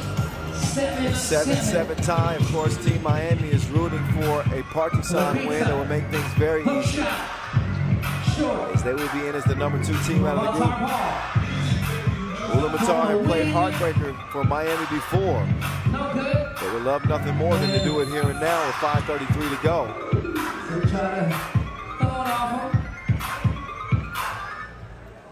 You know what I'm wondering about? What? What do you think Suro cuts into the opponent's shirt after he hits a shot? An S or a 2? You know how Zorro used to do this? I like 2 better for Steve Sir. Me too. Yeah. Somebody create that animation. Please. Media team, are you listening? Esteban's literally sitting 3 feet away from us, and he's not listening. He's working on it. He's working. All right. Milutinovic. Olive oil swings it. The torpedo. Back 2-point shot, don't drop. The ghost rebound, Steve Sir catch and shoot. Stretch. They'll reach out. Get it out to Milutinovic. Milutinovic trying to feed it on the inside. Another shout out. We talk about long-time 3x3 players. They've had big seasons. Partizan wouldn't be at this stage without Ivan Popovic. You're right. The grave digger. He's probably watching back home. Shout out to him. He's here. Is he here? Yes, I saw him. Oh, okay. Well, shout out to him anyway. They brought the whole squad. Oh, they brought the squad. Okay. Boskovic is here as well. Oh, you already know he's here. He's the coach. Of course. You can hear him screaming from 2 miles away.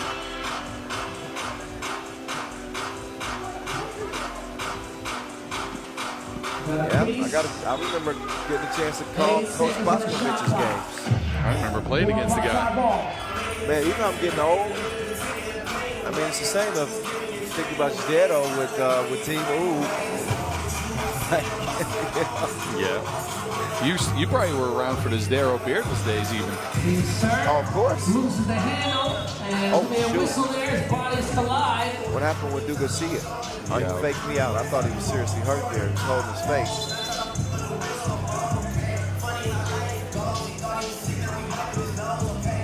Oh, no, well, he did take a shot. Yep. He did take a shot. But he's a tough guy. We've seen Dugarcia take some spills and deliver and deliver some hits in 3x3. Sometimes it feels like getting hit makes him play better. Yeah, it gets his blood circulating. It gets the people going. You know what that's from? From Gladiator? Oh, and that's going to be an offensive foul.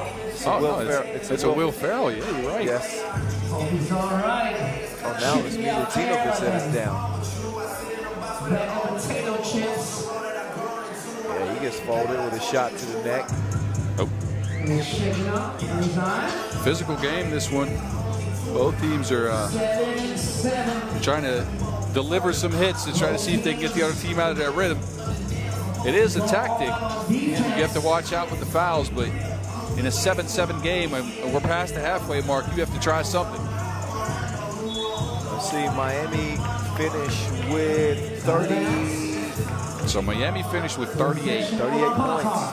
Partizan had 21 after that first game. Ulaanbaatar had 16. So again, a difference of 5 points. So that means Ulaanbaatar has to win by 5 or more.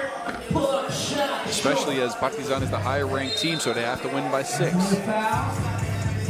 And 4:26 left to see exactly how things are going to play out. 4:26 remaining in the game. Drives right. Oh, Millie!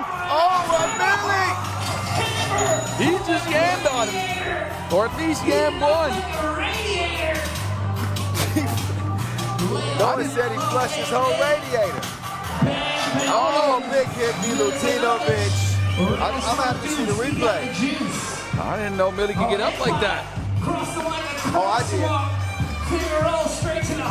He never skips leg day, apparently. did. The rim is still shaking right now, boss. Uh-oh. He had a dazed and confused. Inkbot. Now to the bull on the inside.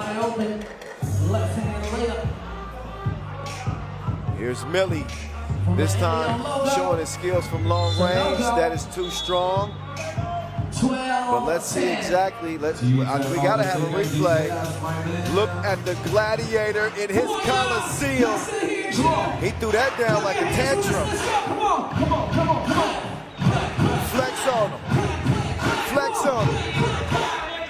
That man flexes when he picks up a plate of dinner or a fork. Scratching his head. It's not hard to flex. If all you have is flex, what's the opposite of flex? It ain't hard to flex when all you got is flex. Yeah. Back to the game. 12-10. 3 minutes, 28 seconds remaining. Oh, take it away. Take it away. Milutinovic with the swat. 13-10. Damasabu with the fake. Team of Partizan igniting. But a highlight reel for Team Partizan. Milutinovic throws it back like Saturday morning cartoons. This is some Tom and Jerry stuff right here. Off the glass. We got Milutinovic dunking on people. And we got Milivojevic dunking on people. And Milutinovic swatting people's stuff. What's Stretch going to do? Oh, he's going to stretch the lead. He's going to stretch the lead. 15-10. He just pulled out an arrow and stretched his bow for sure. This game is looking like...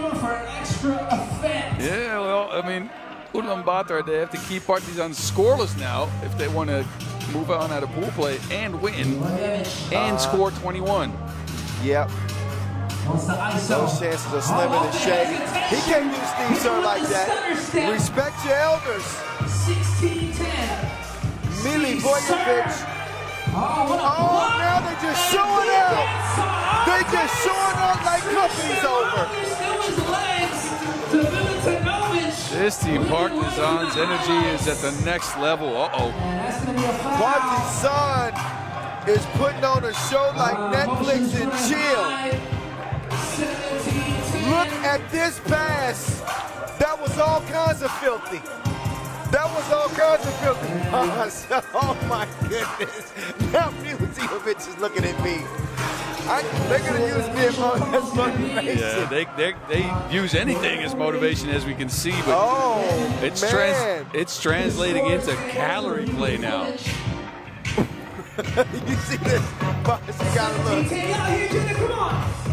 I want you to notice the subtle glares that Milutinovic keeps giving me. Oh, man, 17-10. Team Partizan is putting on a personal highlight reel. The foul is looked at and actually upgraded to an unsportsmanlike.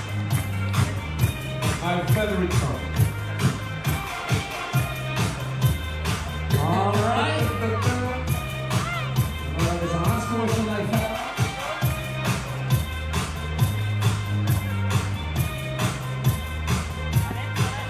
Stefanovic will miss the first.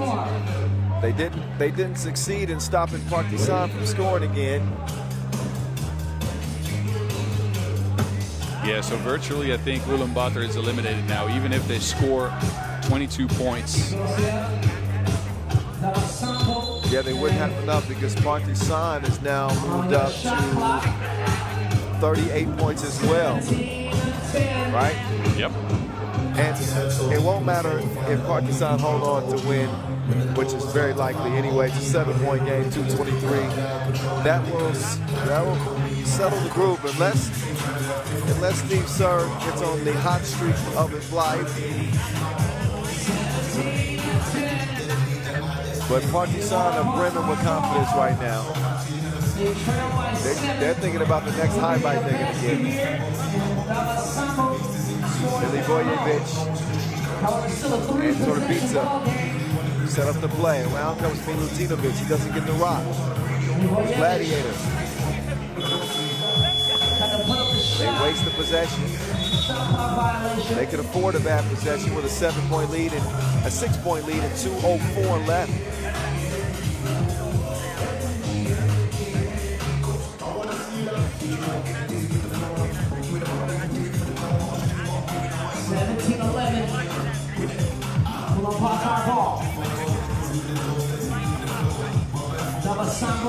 Ulaanbaatar, the ball, sees red. He charges in for the score. It's still a 5-point difference.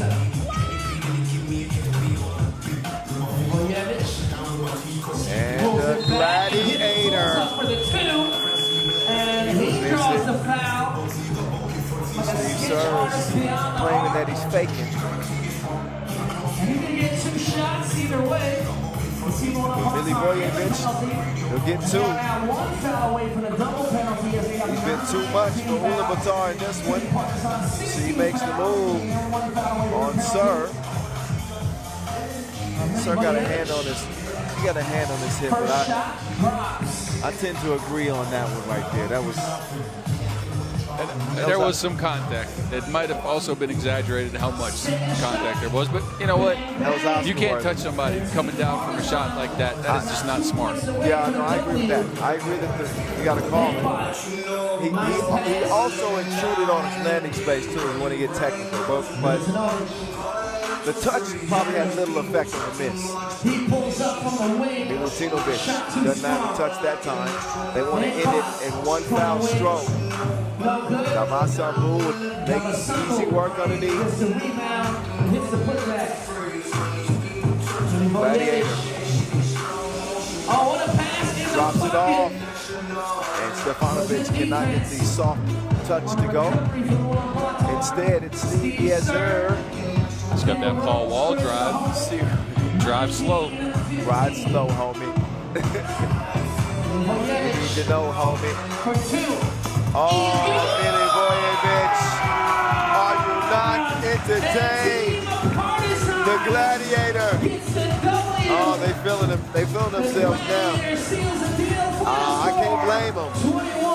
Partizan sent a statement day 1. They win the group, beating Ulaanbaatar and Miami. And they go into the quarterfinals undefeated. Look out for Partizan. Look out for Partizan on day 2. Yeah, strong showing for them in both of their games. And again, they've been trending upward in the latter stretch of the season, coming into their own, you know, getting used to Milivojevic's style of play, I think, as well. And it's paying off for them. Take a look at this. 2 wins on day one, coming out of the group first, and even being as comfortable as using some gallery play in there. They had an explosive game in this one. That they did. What was the final score, Bob? 22-15, is that right? 21-15, I believe, but, you know. Okay, something like that. Yeah, point remains. It was dominant. I can't say that it was unexpected. I think plenty of teams knew that they were going to be dangerous. I think that that game was one of the best we've seen them play. They were dominant, doing stuff like this. The Gladiator absolutely demolishing the rim. They had the shooting going from outside. They had the passing going as well. And they run away with this one. Not to mention the defense. The dunking Milutinovic throws that one out like rubbish. Stefanovic cashing in from long range. And Milivojevic leading the way with power and pizzazz and a touch of class.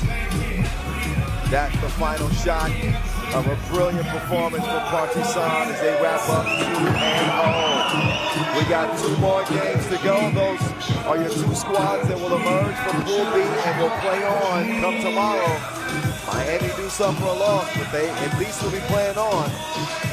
Partizan unbeaten. I don't know who's going to be the team of the day. Move was pretty impressive, but I think so far it'll come down between Partizan and San Juan, depending on if San Juan can win. If San Juan wins, they're the team of the day, in my opinion. And Partizan is close second. We'll find out. 2 more games left on the schedule.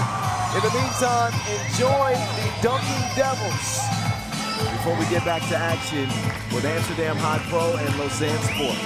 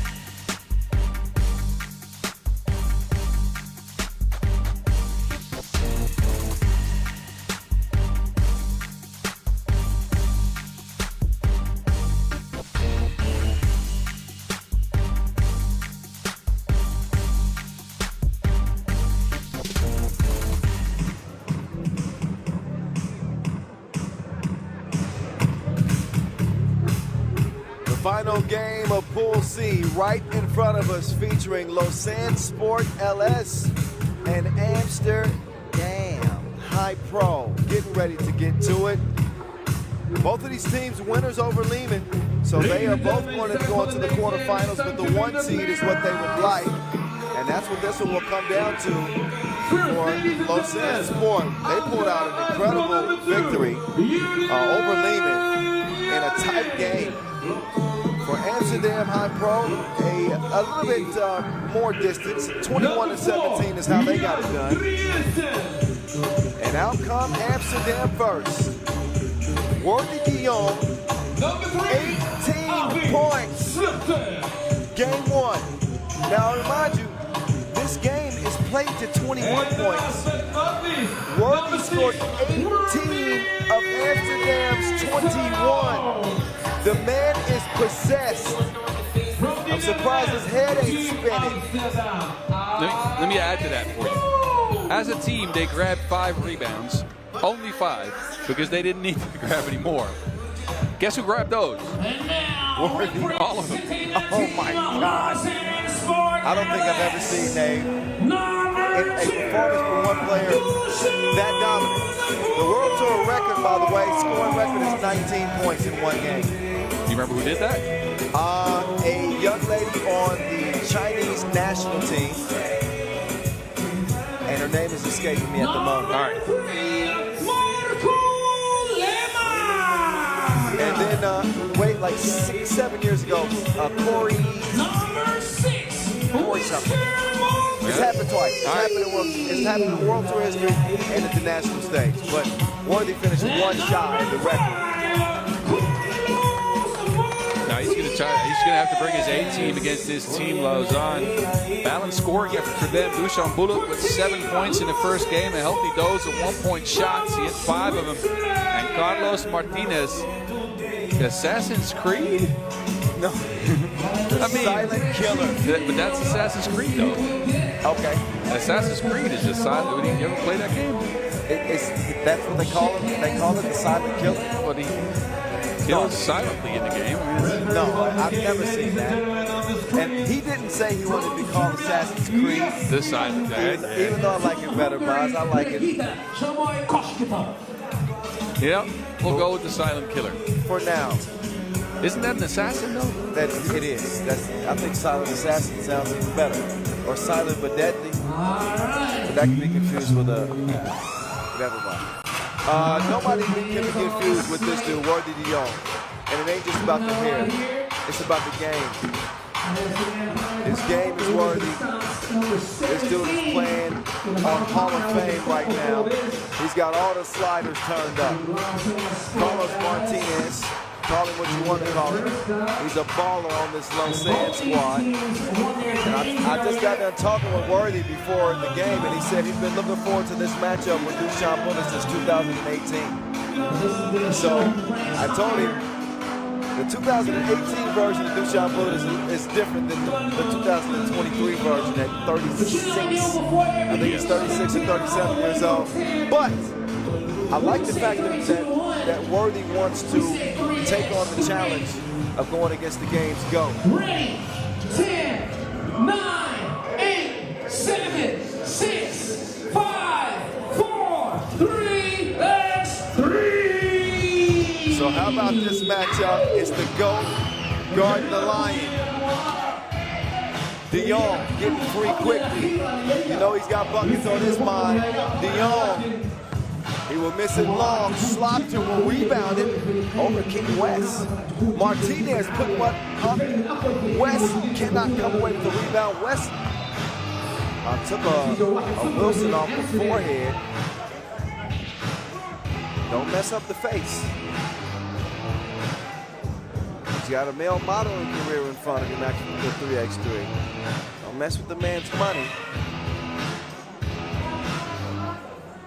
So the silent killer starts the possession. Over to King West, over to Dusan. Mr. Bulletproof with Worthy trailing. A Bulletproof getting faded like a Saturday in the barber's chair. It's 1-1. Worthy, what traffic, what defense? Gets past them easily. Gets the step on West. And the help defense from Huishan Bullet will draw the foul and send Worthy to the line. The man has averaged 9.3 points per game this year and coming off an 18-point outburst in game 1. Miss it long. Back to Worthy.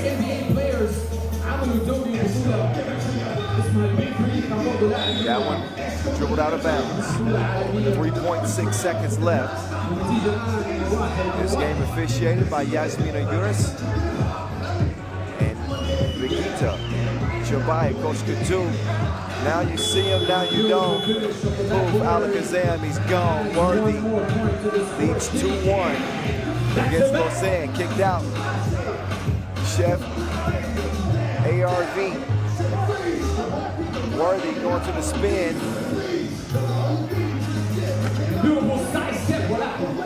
Marvin misses it. Martinez, a wild drive, kicked out. Jan Driesen will attack. Ooh, Jan Driesen.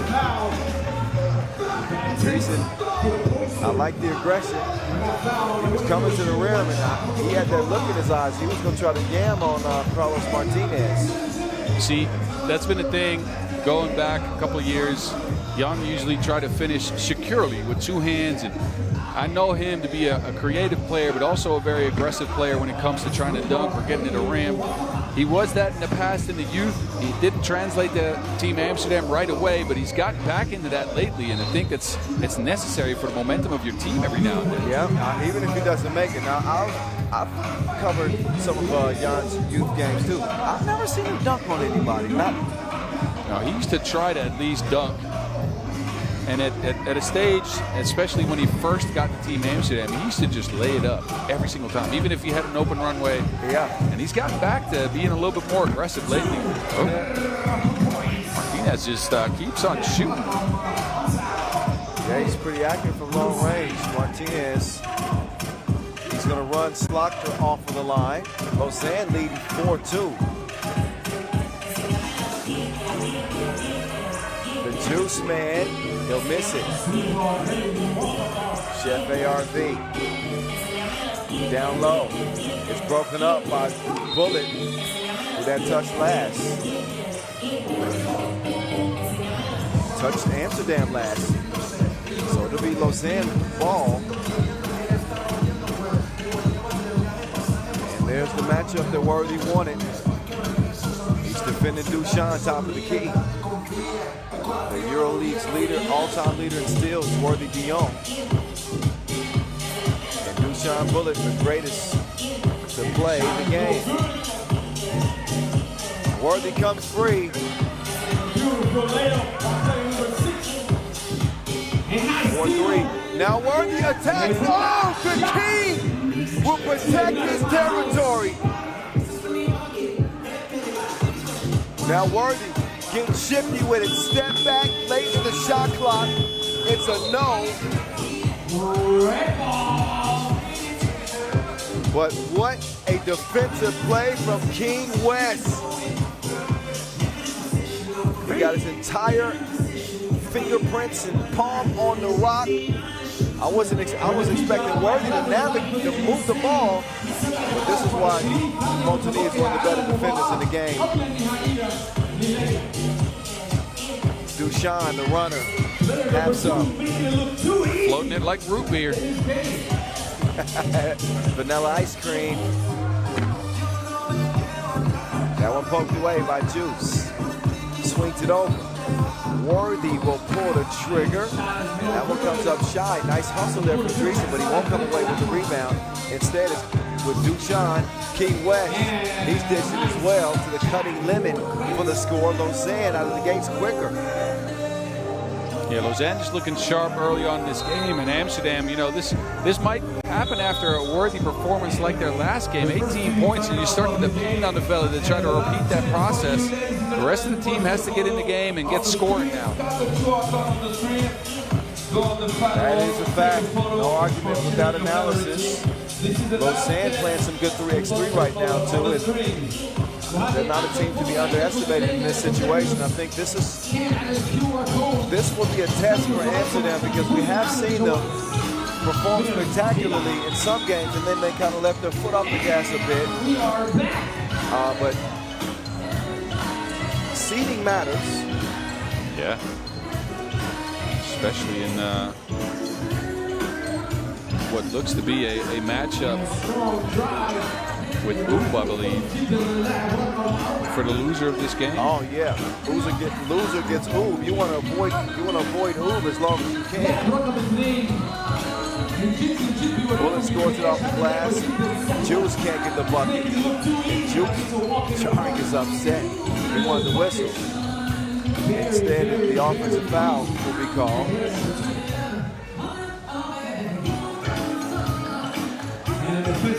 It looks like Jari took a shot to the cheek or something. He's all swollen up. Right below his right eye. That's what it looks like from up here. Might be what he was complaining about.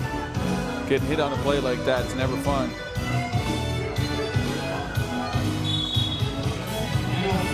Offensive foul called. So that's the first on Amsterdam.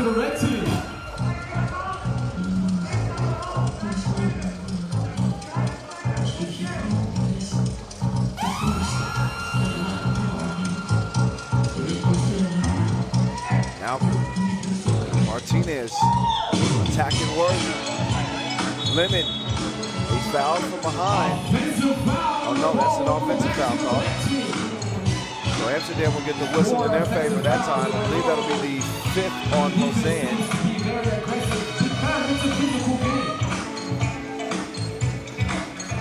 Yeah, 5 quick out fouls for Lausanne. Amsterdam at only 1.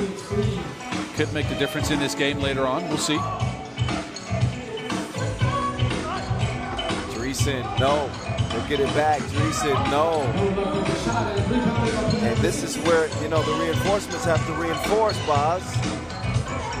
Yeah, you're right. As I said, the other guys have to get their heads in the game. It's not going to be another 18-point game for Worthy, probably. Those things are special and rare. Well, he's got skills more rare than a unicorn. You don't find them you don't find unicorns ever, but you get the reference. Yeah, you're right. 7-4. Good defense, but those have been makeable buckets. And that was a makeable bucket right there. Second bunny missed by Team Amsterdam under the basket. Easy shots. You got to make those.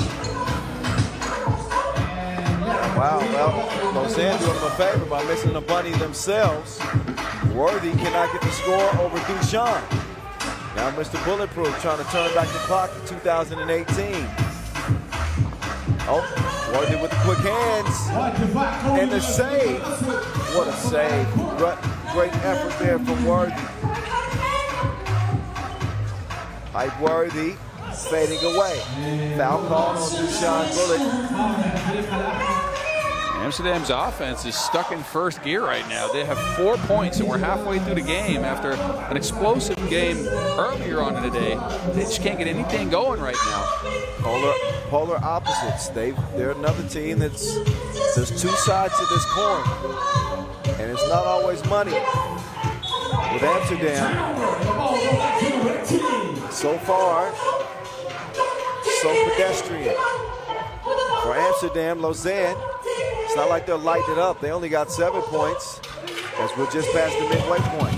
Huishan Bullet assessing the defense. He'll get to that mid-range where he is so dangerous. So dangerous. Reach in on Bullet there. That means foul number 7 on the Swiss. And that was not a 200 IQ play from Huishan Bullet. He knew that he shouldn't have been reaching in, getting whistled in that situation. They want to continue to pour it on Amsterdam, not stop the clock and give him a chance to shift the momentum. But here Jan Dreesen is on the line, and he can do just that with 4:35 to go. He'll get the first of 2 splashed and can narrow this game to a 1-possession contest with a make here.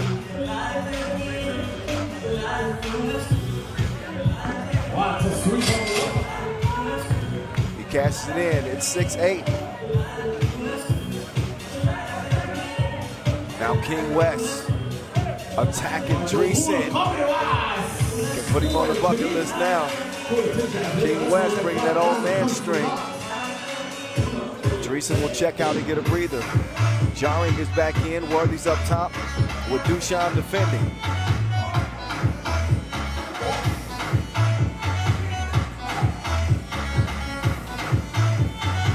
Oh, cat-like quickness from Worthy. He's a feline.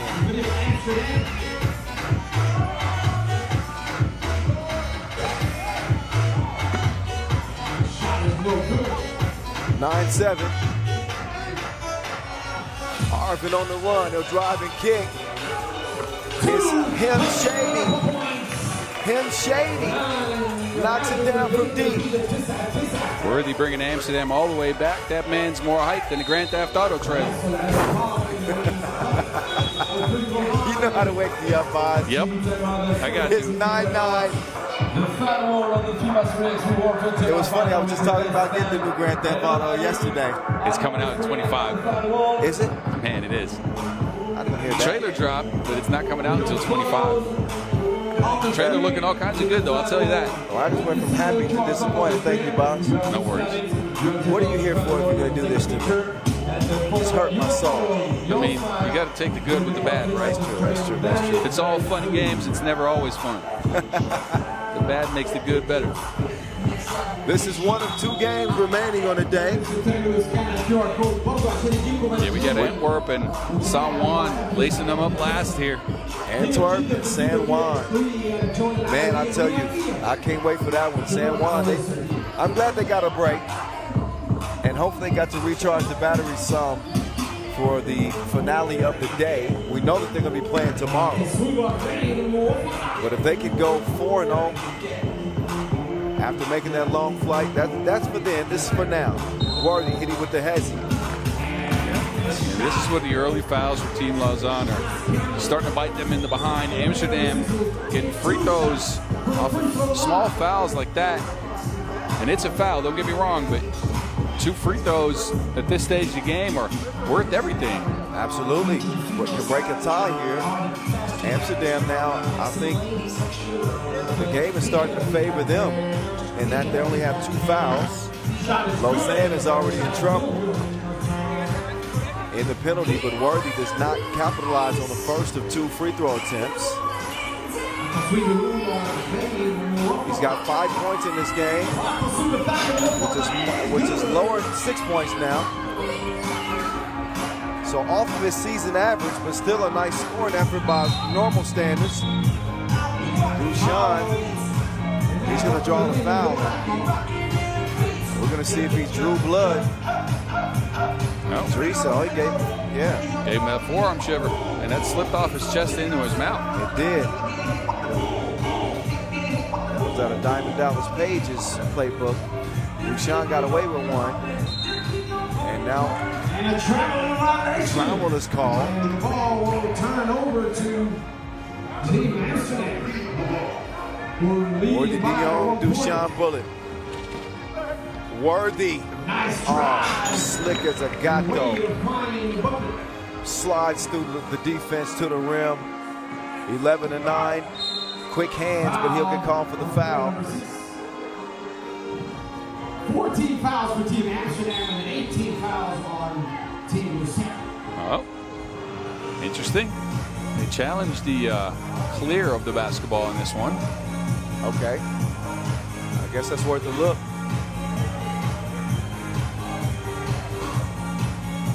Okay. In order for the ball to be cleared, you have to step. Well, I'm seeing a replay on the scoreboard, Boz, but I'm not seeing one on our monitor. Can you see that? No. Well, the challenge is lost anyway. And the team has lost the challenge.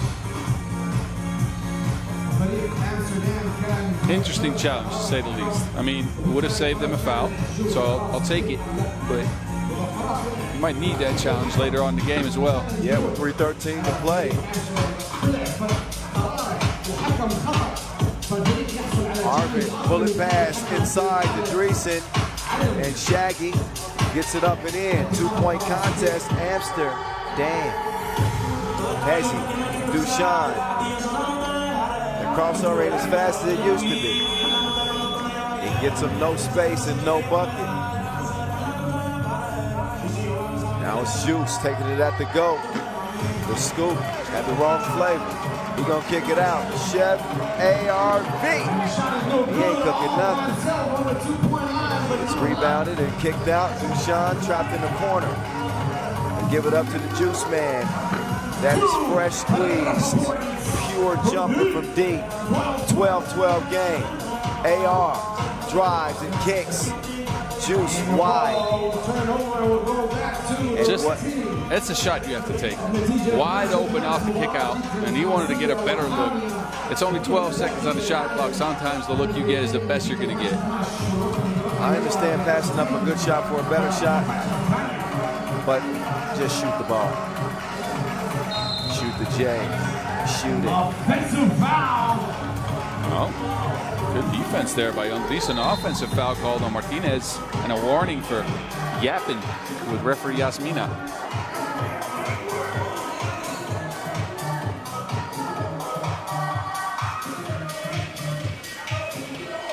Oh, Arvin with the quick step. Arvin up top.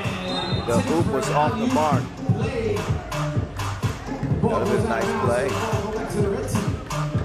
I mean, I like the look of the play, but you got 2 minutes and 10 seconds left. It's a tied game. You get a layup, and any point right now matters.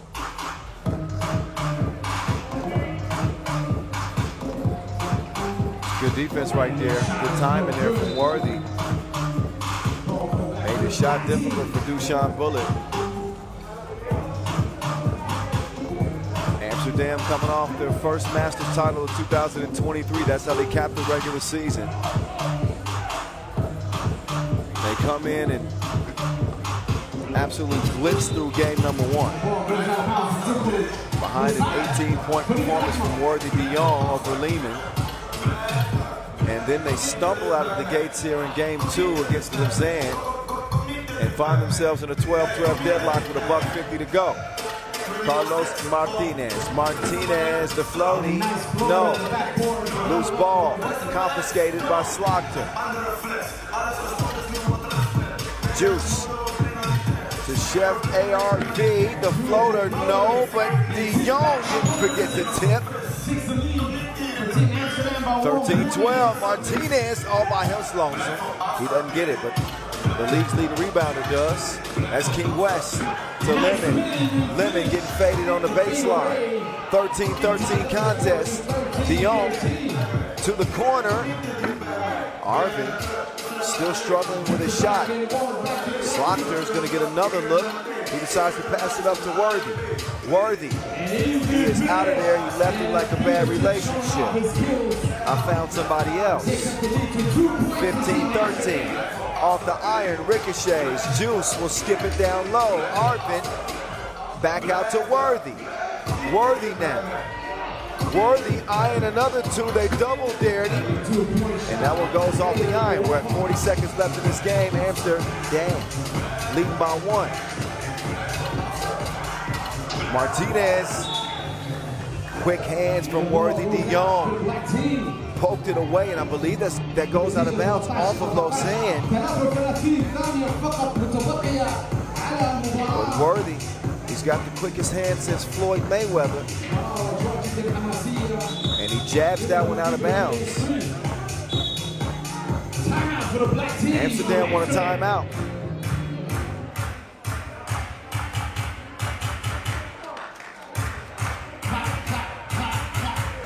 So both teams get a chance to talk this over.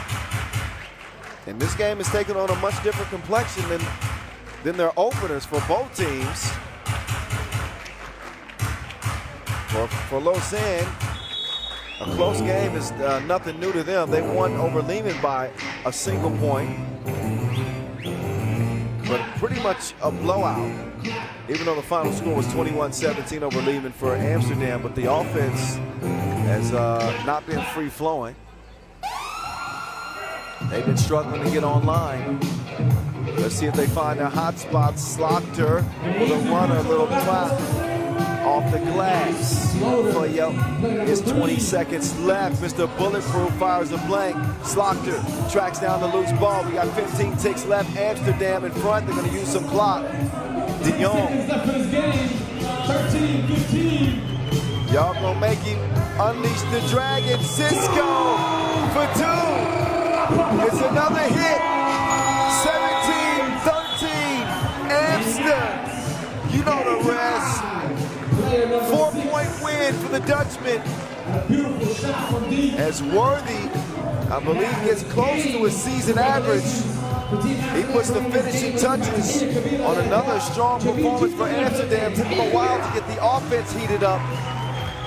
But the man with the golden hair, he's in Super Saiyan mode right now. Worthy, De Jong, and Amsterdam are going to wrap up group play 2-0. Lausanne will play on tomorrow, but they are 1-1. They will not go back to the hotel unscathed. The most important fact is they will be playing tomorrow and have a chance at the title here in Jeddah. Meantime, the Mountain Boss Rosendahl is courtside with hype Worthy. He's proven that the hype is real and continues to do so. Let's hear what he has to say about an undefeated campaign here day one at the World Tour Final, his first ever. Big Boss, it's on you.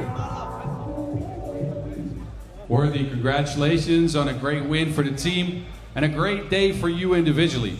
What was your mindset going into the finals here in Jeddah? I think we came in with a lot of energy. You know, winning Hong Kong Masters really boosted our confidence, and we really showed improvement in that World Tour, which we try to bring over to this, and it seems like it's working. You saw we started off a little weak here and had a lot of dips, missed a lot of open shot and made some bad choices, but we stuck to what we know, and this was the result. All right, now you prepare for day two. Anything special you and your fellows are going to do to get ready? I guess rest, you know, so, a little mental break tonight, and rest the body. Talk to the guys what we can improve on, watch some video, and call it a night, I guess. All right, well, congratulations.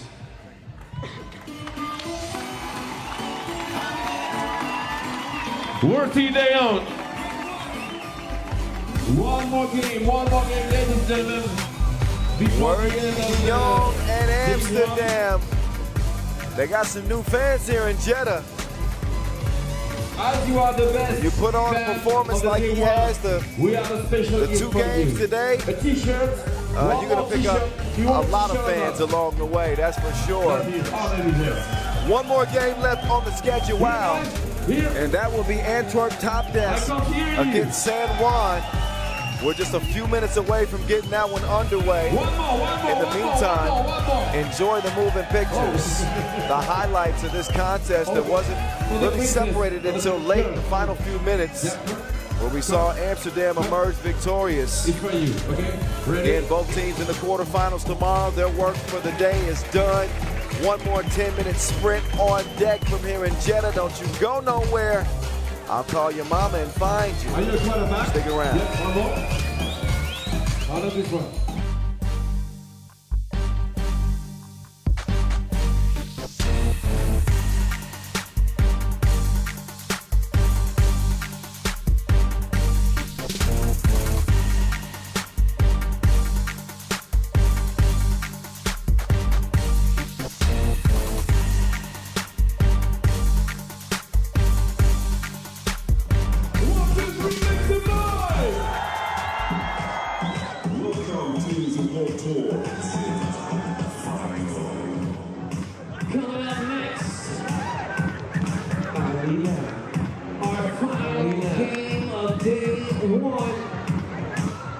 The FIBA 3x3 World Tour Jeddah Final 2023. And we got Team Antwerp TOPdesk versus Team San Juan. All right, Antwerp TOPdesk and San Juan to close out Pool D's action. How about San Juan coming all the way from the qualifying draw undefeated? It started with that 7-point comeback that they had in the qualifying draw against Paris. They carried that momentum into the main draw as they will lace them up here against against Antwerp TOPdesk. Both of these teams getting wins over Vienna. And to me, this is for team of the day.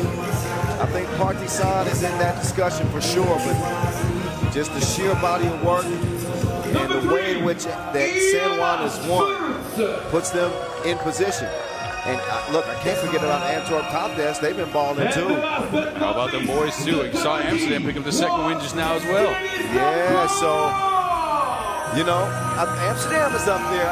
I think Worthy will be player of the day. I mean, 18 points in the game. Anytime you drop 18 in a game, you're going to be player of the day. Unless one of these guys does the same.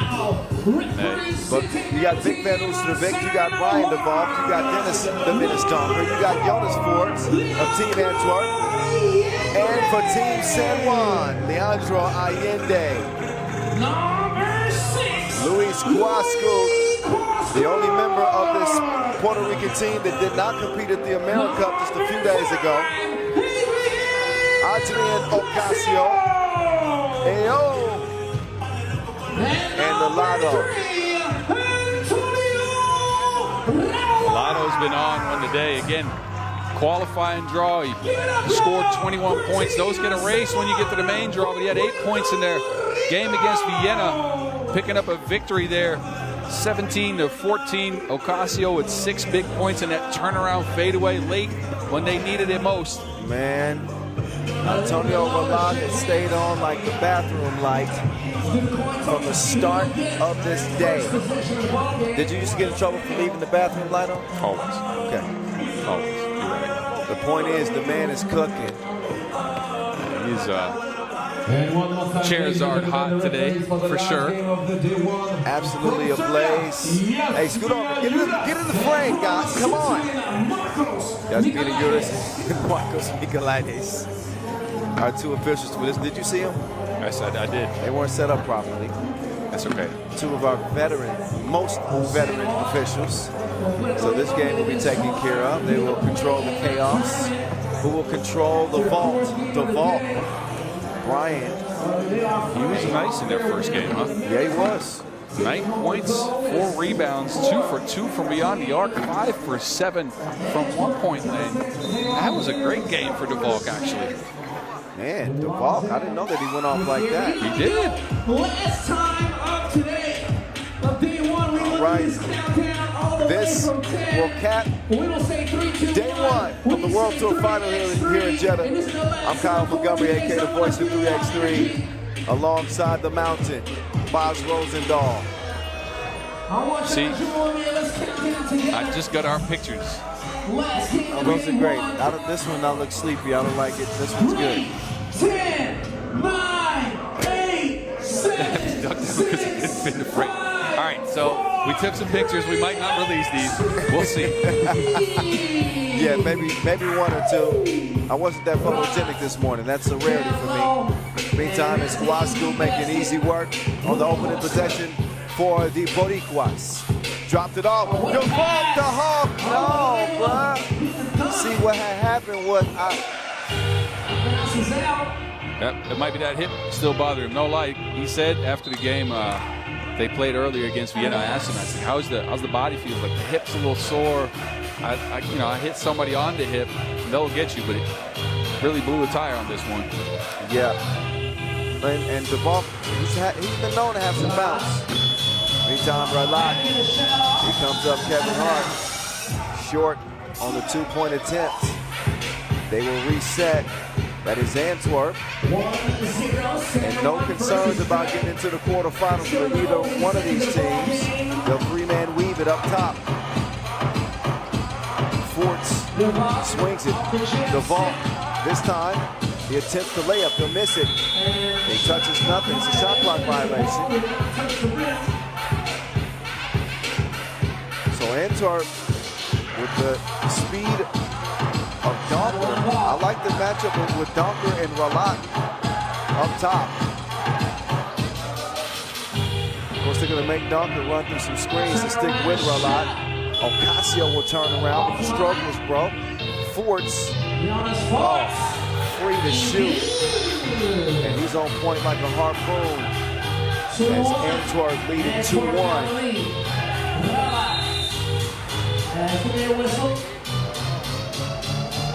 First foul on the Belgians.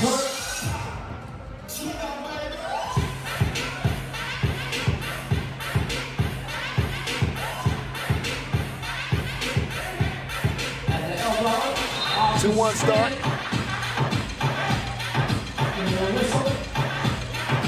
Boz, you got any predictions in this one? See, I'm done betting against Saint-Juan. I haven't bet against them at all, I'm just saying, but I kept thinking they'll get tired at some point, and look at this. Keep on. Ocasio with the block, but the and one after. Manny, the Vulcans getting to it. There's VVO. He's sent packing, but there's the Vulc, Johnny on the spot. See, I don't know. I like the way Antwerp came out sharp in their first game. Saint-Juan is their fourth game of the day after a long flight, after a big emotional win in the America Cup. This might be the game they run out of steam. Depends on what Rolat does, really. We'll find out. We're still very, very early in this contest. 3-1. They continue to feature the Vulc in the offense. The Vulc.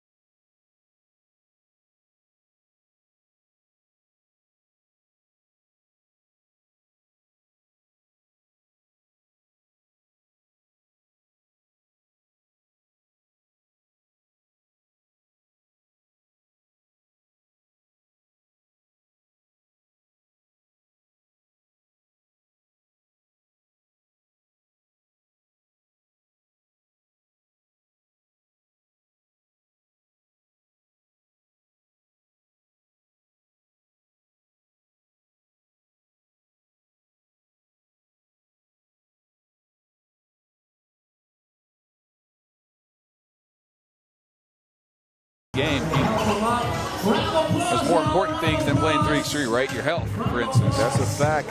He's up. He got up slow, but he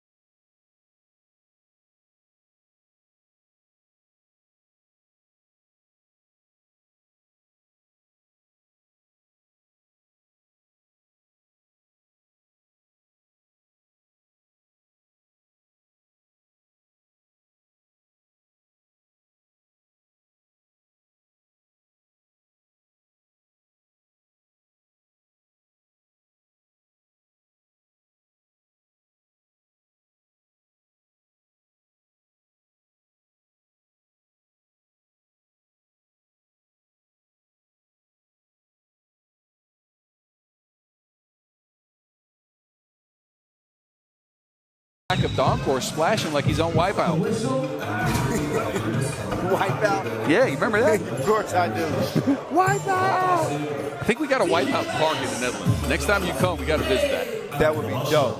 No, I'm telling you, it's like a water park with the Wipeout stuff in it. Man, don't make me promises you can't keep, boss. All I'm saying is, the one promise you have to make is if we go, there has to be a camera there. Okay, I got to get back in shape. I might allow that now. 7-3. San Juan trying not to get wiped out. Right now they're down by 4. So the game is in reach. And again, they can draw on recent history, as I said earlier, Boz, about being down by 7 late. You certainly don't worry about a 4-point deficit early. No. Not even at the midway point. So what does worry me a little bit is the fact that they are stuck at 3 points after a little over 3 minutes. Again, their offense has been quite good. Not explosive, but a lot had been explosive. And he's been a little bit quiet in this one just so far. Well, I mean, look at each huddle. Well, Antwerp TOPdesk is standing up. San Juan are on their knees, dripping sweat. These dudes are fighting tooth and nail. Top seed in Pool D plays the number 2 seed from Pool B. And the 2nd seed from D plays the top team from Pool B.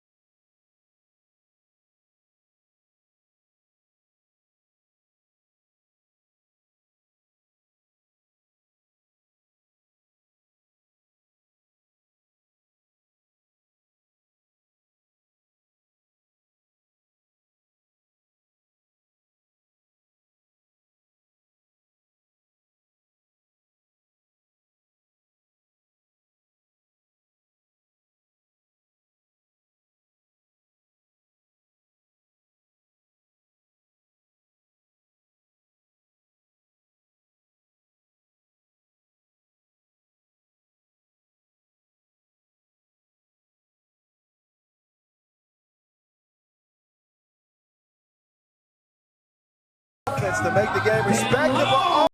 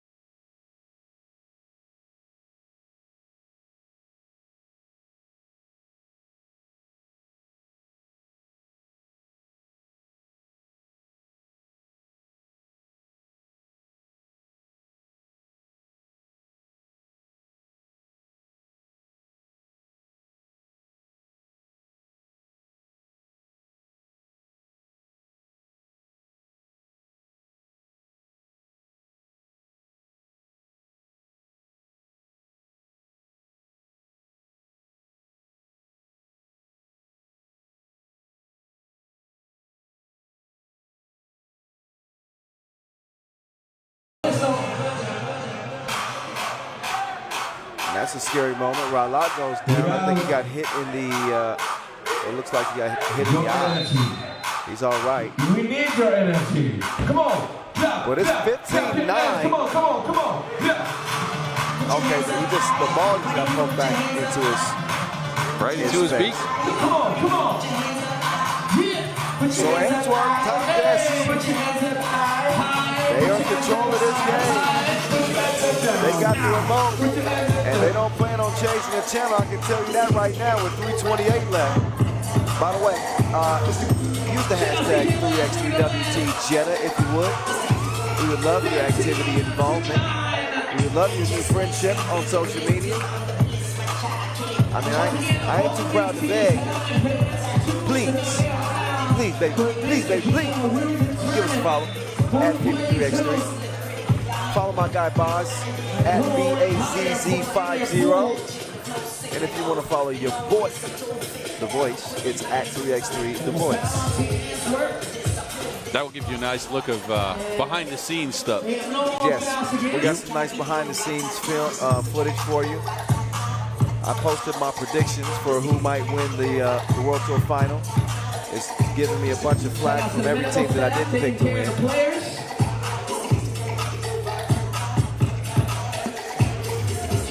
Allende, no bueno. There's Donker. Donker going to work. Donker in and out. Oh man, he's quicker than the first time. Donker out there handling like Walter White. He's potent with it.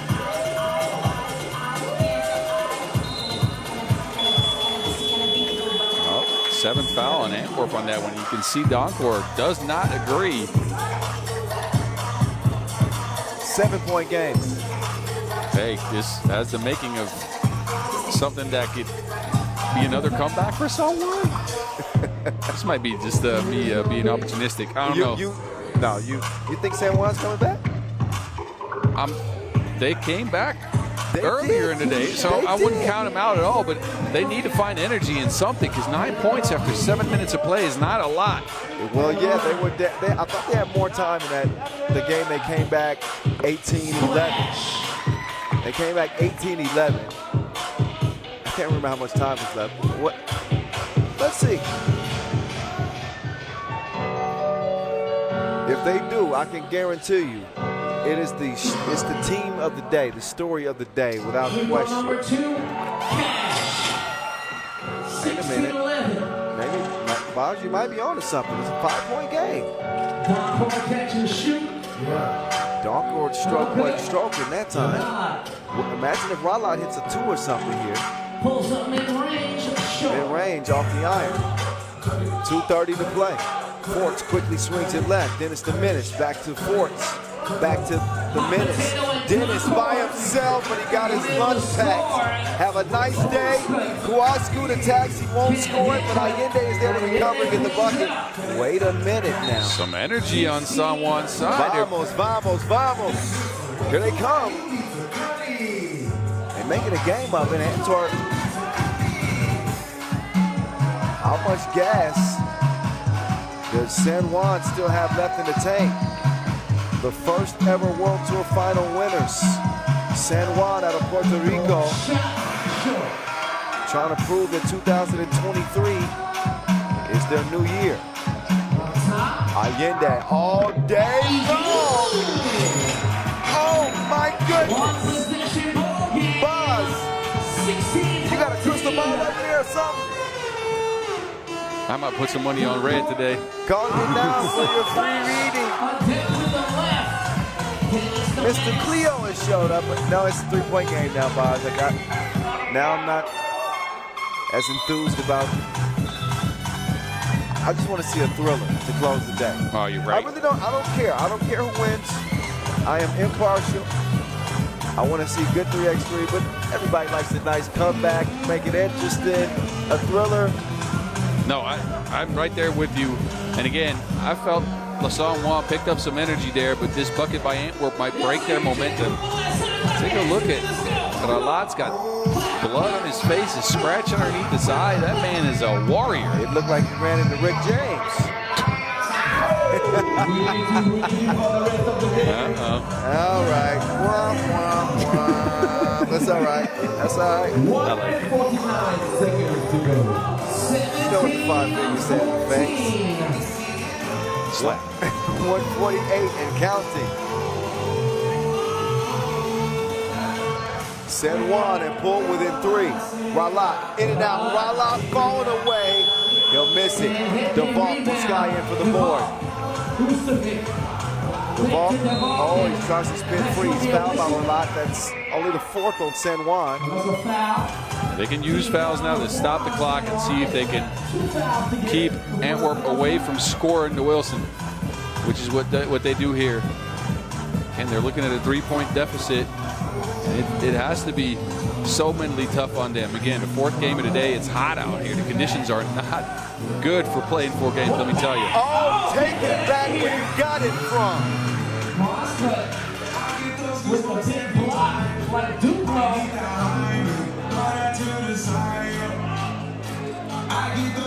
Now Kawasku turns the corner. Kawasku in for the score. It's a 2-point game. Forts will drive. Forts. Oh, that was tasty. That was tasty. Forts with some extra sauce on that. Oh, the big 2 from Kawasku.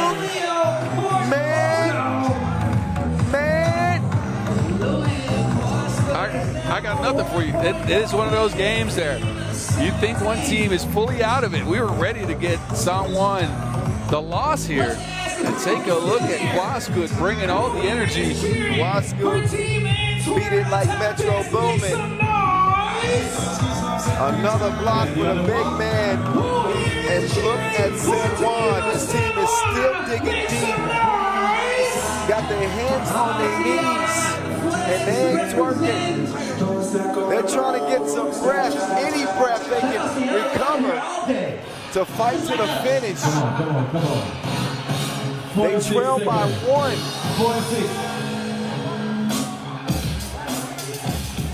You can see the Puerto Rican flags. Forts is going to work, man. You got to give it to Forts. Forts has responded. The baseline reverse was beautiful. Forts sees a wide open lane. He takes advantage of it. Antwerp now pull within 2 points of getting the dub. Yeah, Forts drive this much at the basket. He's known as a shooter, but that man's been runway driving, fairway driving, maybe even.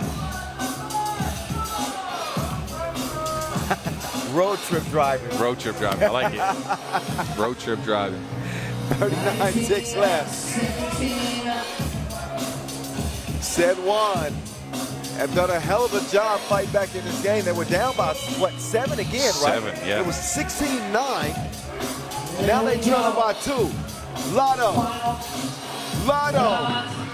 Oh, missed it long. Big rebound here for DeVault.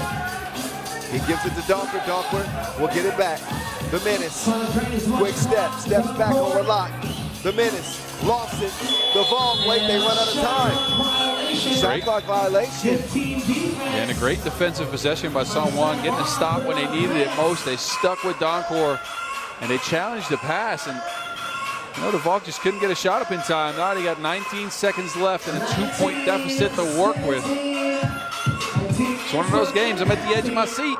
I might have to stand up for this one, Kyle. Man, the last 21 seconds. I would stand up with you, Bob, but I don't want to embarrass myself. You're a 7-footer. Oh, nice passing. Forts wants to use some time. Yeah, shot clock and game clock are only separated by 2 seconds. Oh, I don't get that foul. I really don't get that foul. Just play some defense. Now you got 9.5 seconds and a fresh shot clock, so the shot clock's off. They had some time to work with at the end of that possession. Yeah. They would have just tried to get a stop. But that's what Ralat is saying right now to Ocasio. I mean, that's going to seal it for the most part. Ralat's going to force up one at the horn, but San Juan will come up short this time. Antwerp will remain undefeated. They win it 20-17 despite a furious comeback from the Puerto Ricans. At the end of the day, they're both going to be playing tomorrow. The quarterfinal bracket for the World Tour Final 2023 are set. Who will have the final say on the final day? We'll find out tomorrow. Of course, we'll show you the highlights before we get out of here. We'll show you the results of the entire day. And we'll show you the quarterfinal brackets right now. We have highlights for you. As Antwerp refused to be denied. Antwerp TOPdesk among the best teams today. Go undefeated. Partizan go undefeated. And now Antwerp TOPdesk are able to do the same. It didn't come without a fight. Don't you forget about Team Amsterdam in that line, too. I'm sorry, and Amsterdam. Yes, them as well. This game had a little bit of it all. Casio with the block on the inside, but sometimes it's better to be lucky than good. That time, lucky, as the ball was in the right place, right time.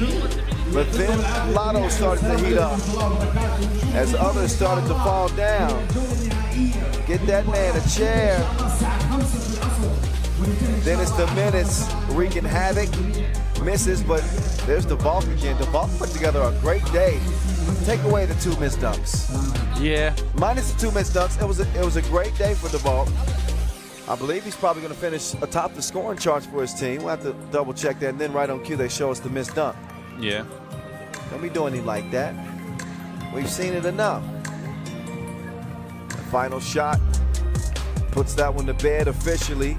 So Antwerp TOPdesk beat Vienna by 2, and they beat San Juan by 3. And that is how the group will wrap up. Vienna out. Yeah. San Juan in. How many people had that group picked that way that lived outside of Puerto Rico today? Not too many, I would venture to say, boss. Here are the pool phase results from the entire day. Started with a bang. Still remember that contest between Beijing and Huishan and E that Beijing had every chance to win. They didn't. They ended up getting bounced day 1. Liman, Huishan, and E, another team. Maybe a surprise to be bounced day 1. But they were in a tough group, obviously. Vienna, they're out. Antwerp is in. We just saw them wrap up 2-0. So your 4 undefeated teams, Amsterdam, Antwerp, and Partizan Mozzart, along with Huishan and E, Raudondvaris, Hoptrans, Miami, San Juan, and Lausanne Sport will all be playing on tomorrow. Here are your quarterfinal matchups. How about that? Get ready. Tomorrow it's going to be on and popping. We'll start at 5 p.m. local time with the quarterfinals, then the semis, the dunk competition, the 2-point shootout final, as well as we will officially close 3x3 business for the year tomorrow, boss. I got mixed emotions about that. Yeah, same here. I don't want to start talking about it because my voice might start. Y'all know I'm just playing. I don't get emotional like that. No, that's it. That's the day, y'all. I hope y'all have fun. We'll see y'all tomorrow. It'll be the last day of the 2023 World Tour season. Man, it's going to be a celebration. For Boz Rosendahl, I'm Kyle Montgomery saying peace out from Jeddah. That's day 1. We'll see you 5 p.m. local time tomorrow. Same spot. Get ready.